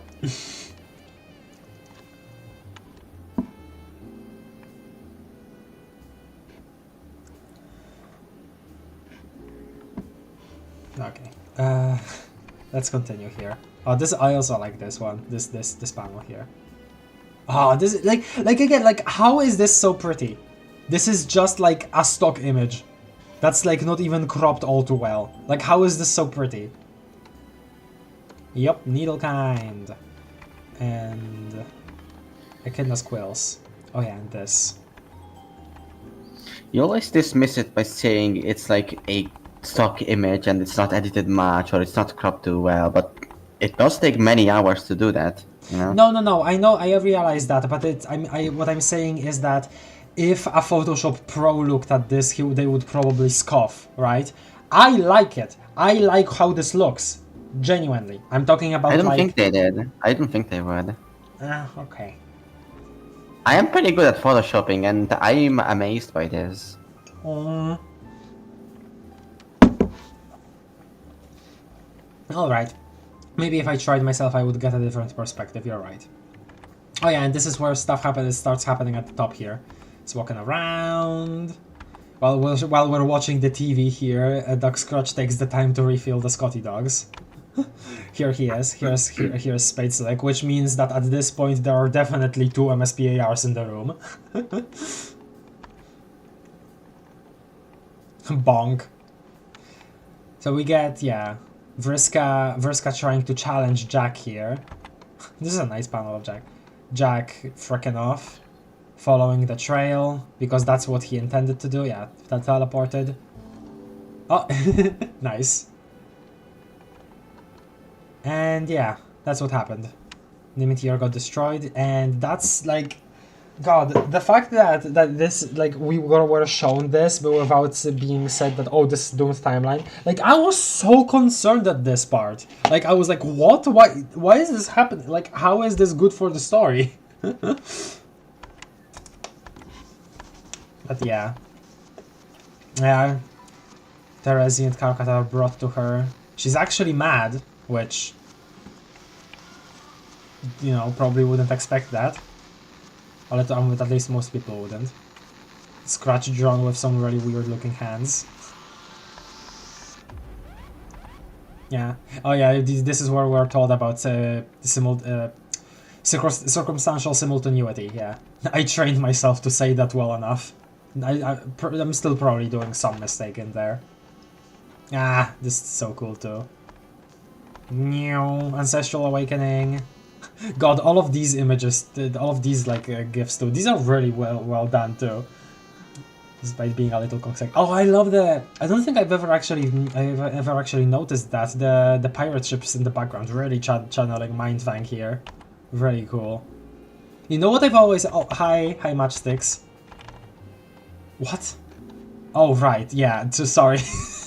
I never noticed this. Look at Scratch up here. Burnt. No, this. His face. Yeah. He's doing the face. You never noticed that? No. Oh wait, no, I You see. should be looking more, yeah. So he's got the Scotty dogs, now he's burning everything, yeah. Bye. Flick flick. Okay, sorry. Wasn't paying attention up here for a second. Oh yeah. We have matchsticks here. The face. You know what I've always thought about? If the Warhammer of Vrelihu has any sort of like similar functionality to what her regular dice have, which probably should, considering that John makes that funny hat appear on Jack later on. I wonder what would happen if John rolled on Ancestral Awakening just like randomly. Would he channel Nana? Like would he become a clown? I think that would be funny. Shoosh. Hi, Clover. That story is really cool. I'm just admiring they did the stuff here because it looks really nice. And we get that like glimpse of completed Skya with the lily pads on top of it. Yeah, really cool. Really like underlines the whole pond squatter thing. I said the exact same thing to Azur, lol. That's funny. I should draw that at some point. That would be funny. Dog Scratch with the spouse face was so silly that at first I thought it wasn't an actual panel in the comic. Okay. Like you looked at it while reading the comic and was like, nah, this is fake. That's Rich coming from... Oh, what do you mean you never noticed craft? That's the funniest thing about the scene. Okay, that's Rich coming from me, who just moments ago pointed out how didn't notice Ram Mom in those panels before. Oh yeah, that... Right. You did mention that, but I skipped that message, sorry. I didn't read it out loud, but yeah. How do we know it's Ram Mom and not Ram Dad, though? Aradia's custodian.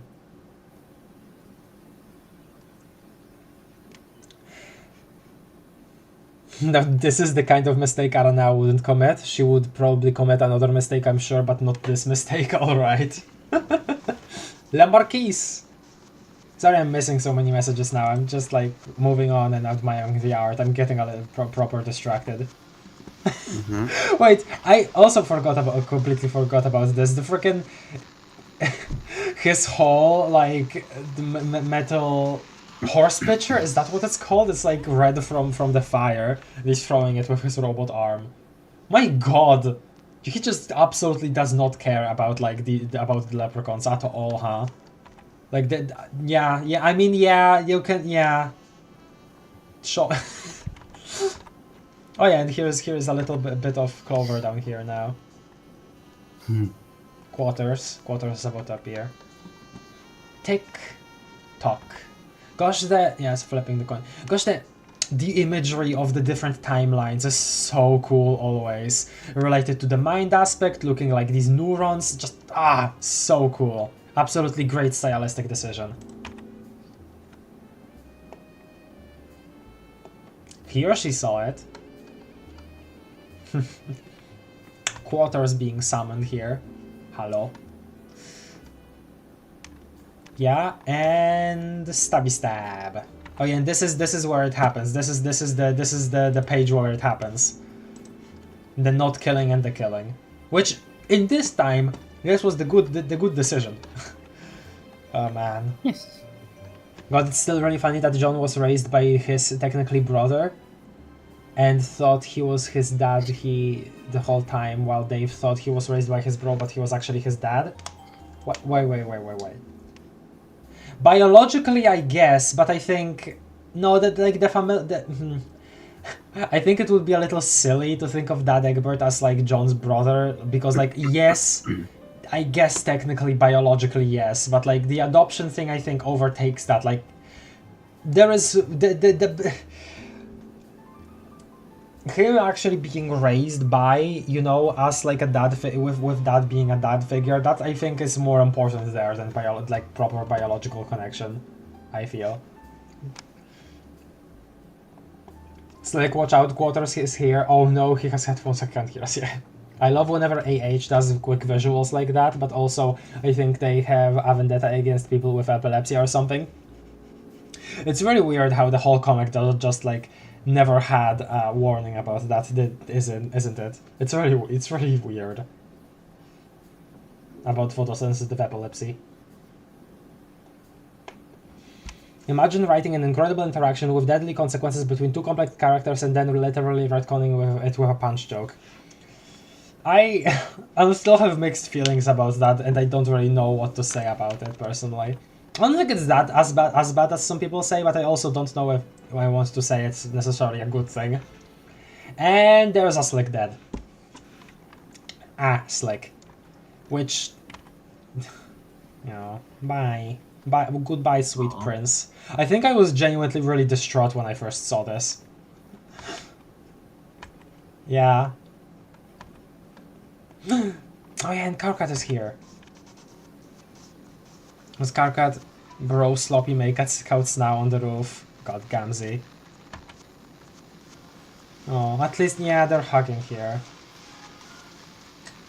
What happened, man? Like, this happened, and then the meteor stuff happened. Like, what went on there? Where Karkat got so weird about his feelings towards Terezi. What happened there? Yeah, it was really nice seeing Solox and Kanaya and this. In general, this was just like a it sounded like a scene that really made me happy. Well, aside from this, but I guess we're gonna get to that a little bit later. Oh, and this here, the snowman. Snowman prevents Spadeslick death here by just stabbing quarters. Okay, snowman. Frickin', he's a person too, you know. You could have just told him, as a higher ranking person in the field, to stop doing that because his important Spadeslick survives. Like, could have told them that at least.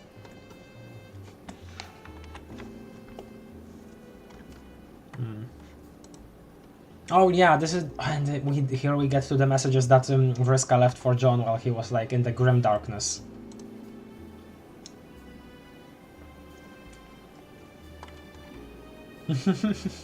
The dots times 8.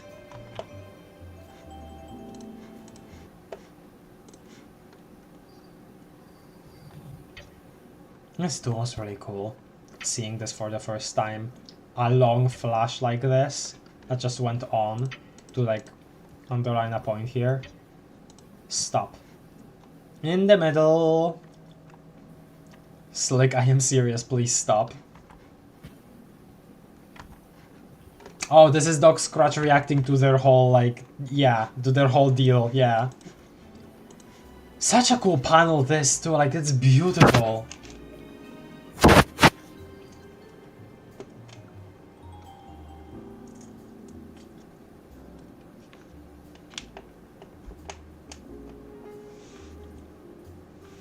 Kraft, don't question Slick, he knows what he's doing. I was questioning Snowman there. This was too, like, cross your mind, haha. This too is, like, really interesting. Oh god, this. Bang, bang, bang, bang, bang. To redirect the view from this impropriety, oh goodness, the fact that he didn't see that coming. It's funny, that's so funny. Don't worry, just dive just by. God, this. Freaking hate Snog. Oh, and back to here we have Jade and Dave. That's so cool. God, this also is so cool. Someone's coming. Hang on. Yeah, and that was Terezi. This whole part of Vriska not being able to talk with John after all, and John not being able to talk with Vriska despite these messages being left here because of what happened, like. John picking up the scouter and immediately like not being able to talk, like, there's something about that. Again, part of Homestuck with probably like the best structure there is in the whole comic. I just really like it. Imagine finding out that you died because some guy decided to frick up a... Oh!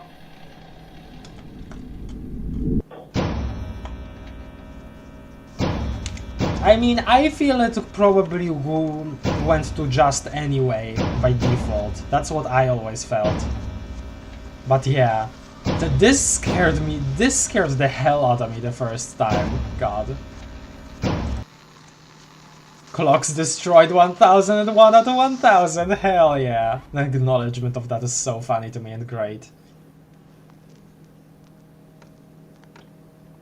Facepalm times 0 combo for crying out loud. Yeah, so here we have Dave with the Scarlet Ribbitar, which is also really cool. God, there is so many things to point out. I can't just like skip through this part of the comic, even when I'm not reading the dialogue. God, so there's so much here.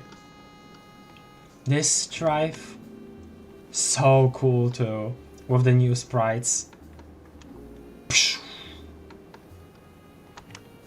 and them losing all of those things. Yeah, God, the absolute abuse that Slick is facing here. Break heads, yeah. Break heads refers to something else, but I guess that's just like Auto Harley. But I guess that's also just like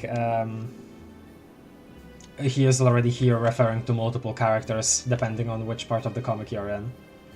Dying is in a just way is really weird. Would dying because you made a stupid, easily preventable mistake be considered just? Or is it only when you deserve to die on a moral level? No, it's a moral level. If it was a stupid mistake, then it's a stupid death, and stupid deaths are resurrected if you're god tier. That's kind of the whole point, right? Like it's narrative, I guess. Shield. No, yeah, narrative shield rules, yeah. If it's not satisfying narratively, then it's not. Then the death doesn't happen. That's the whole point. The whole like metaphor, I guess. Metaphor.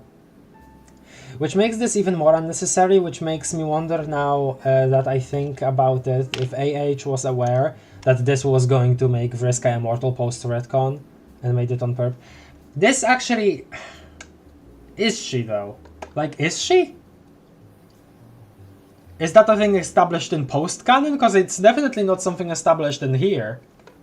In the comic proper, I would have remembered that probably. Adiago Redshift! Big fan of that. Frame motif name. The frame motifs in Collide should have gotten all names like this, because they were cool. You let me down, Slick. There's the wayward panels. I completely forgot that this was where Karkat was messaging John using Vriska's computer. I forgot about that completely. He was my best friend. Aww. So yeah, that's why I also feel bad about the whole situation, because despite everything, Karkat absolutely considered him very close.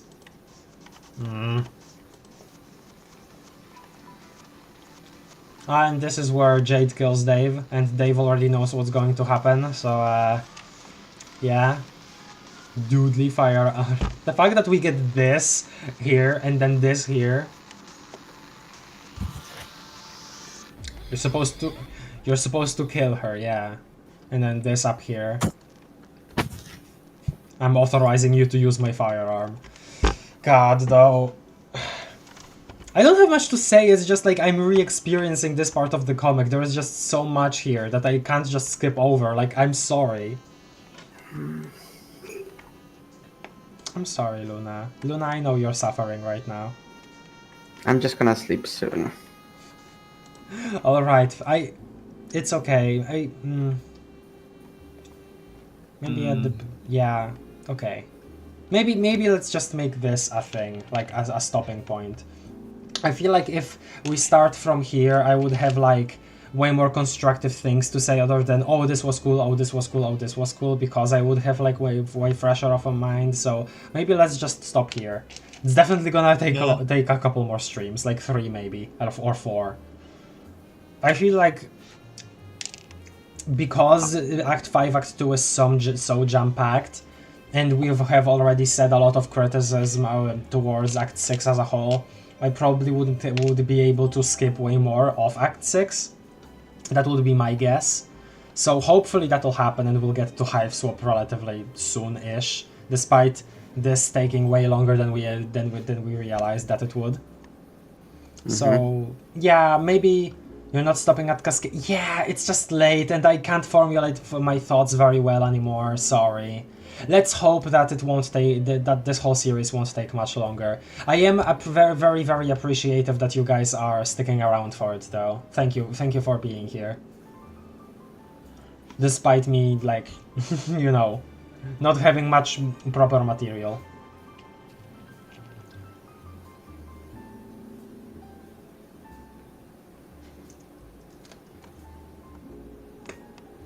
Oh, talking about double death of the author again? In the chat? I see. Okay. Yeah, that's the thing, isn't? I really can't wait for tomorrow. I can't wait either. But because Outer Wilds, Return of Outer Tomorrow is Wilds. my day. Yep. But Wow. like I said, isn't. I am really hoping that we will get through we will get through Act 6 quicker, because I think I'll have like more concise thoughts about it, because it's fresher in my mind, and I already have so far formulated so many thoughts about Act 6 specifically. Like, I think we're gonna be able to move through it way quicker, I think, personally, you know?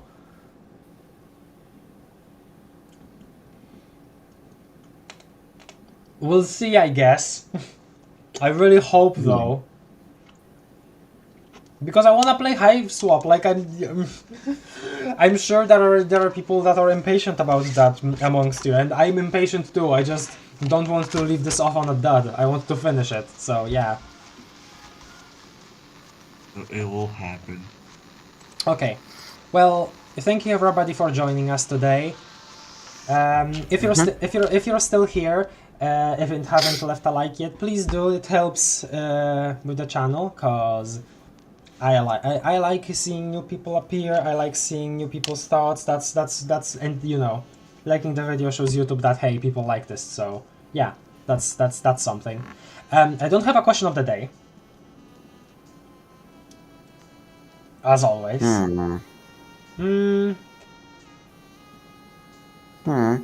Maybe I don't know. If you have like a longer thing to say about anything we talked about today, like all of our long talking about Gamzee or about Vriska or maybe even ancestor stuff. If you have like any sort of opinion about any of that stuff that you haven't like expressed in chat, or maybe if you're a Volhead and you wanted to say something like that but haven't, you just say it. You can say it in the comments. But yeah, other than that, I don't have anything. So you can comment that, you can comment whatever. You can even comment like chicken sandwich period, and I'll heart it probably. So yeah, thank you everybody for watching. See you next time. Share the stream with friends if you want, if you feel so inclined to. Oh yes, subscribe if you're new. I guess that's something that I forgot. That the one YouTuber thing that I forgot to say. And yeah, bye bye everybody. Bye-bye. It was a fun stream. Bye, If you everyone. can't be here for the next one, someone please fulfill my role as the Damara appreciation person. Okay, I'm sure somebody will. I'll remind chat there. Bye everybody. Place nice. Bye. Bye. Bye.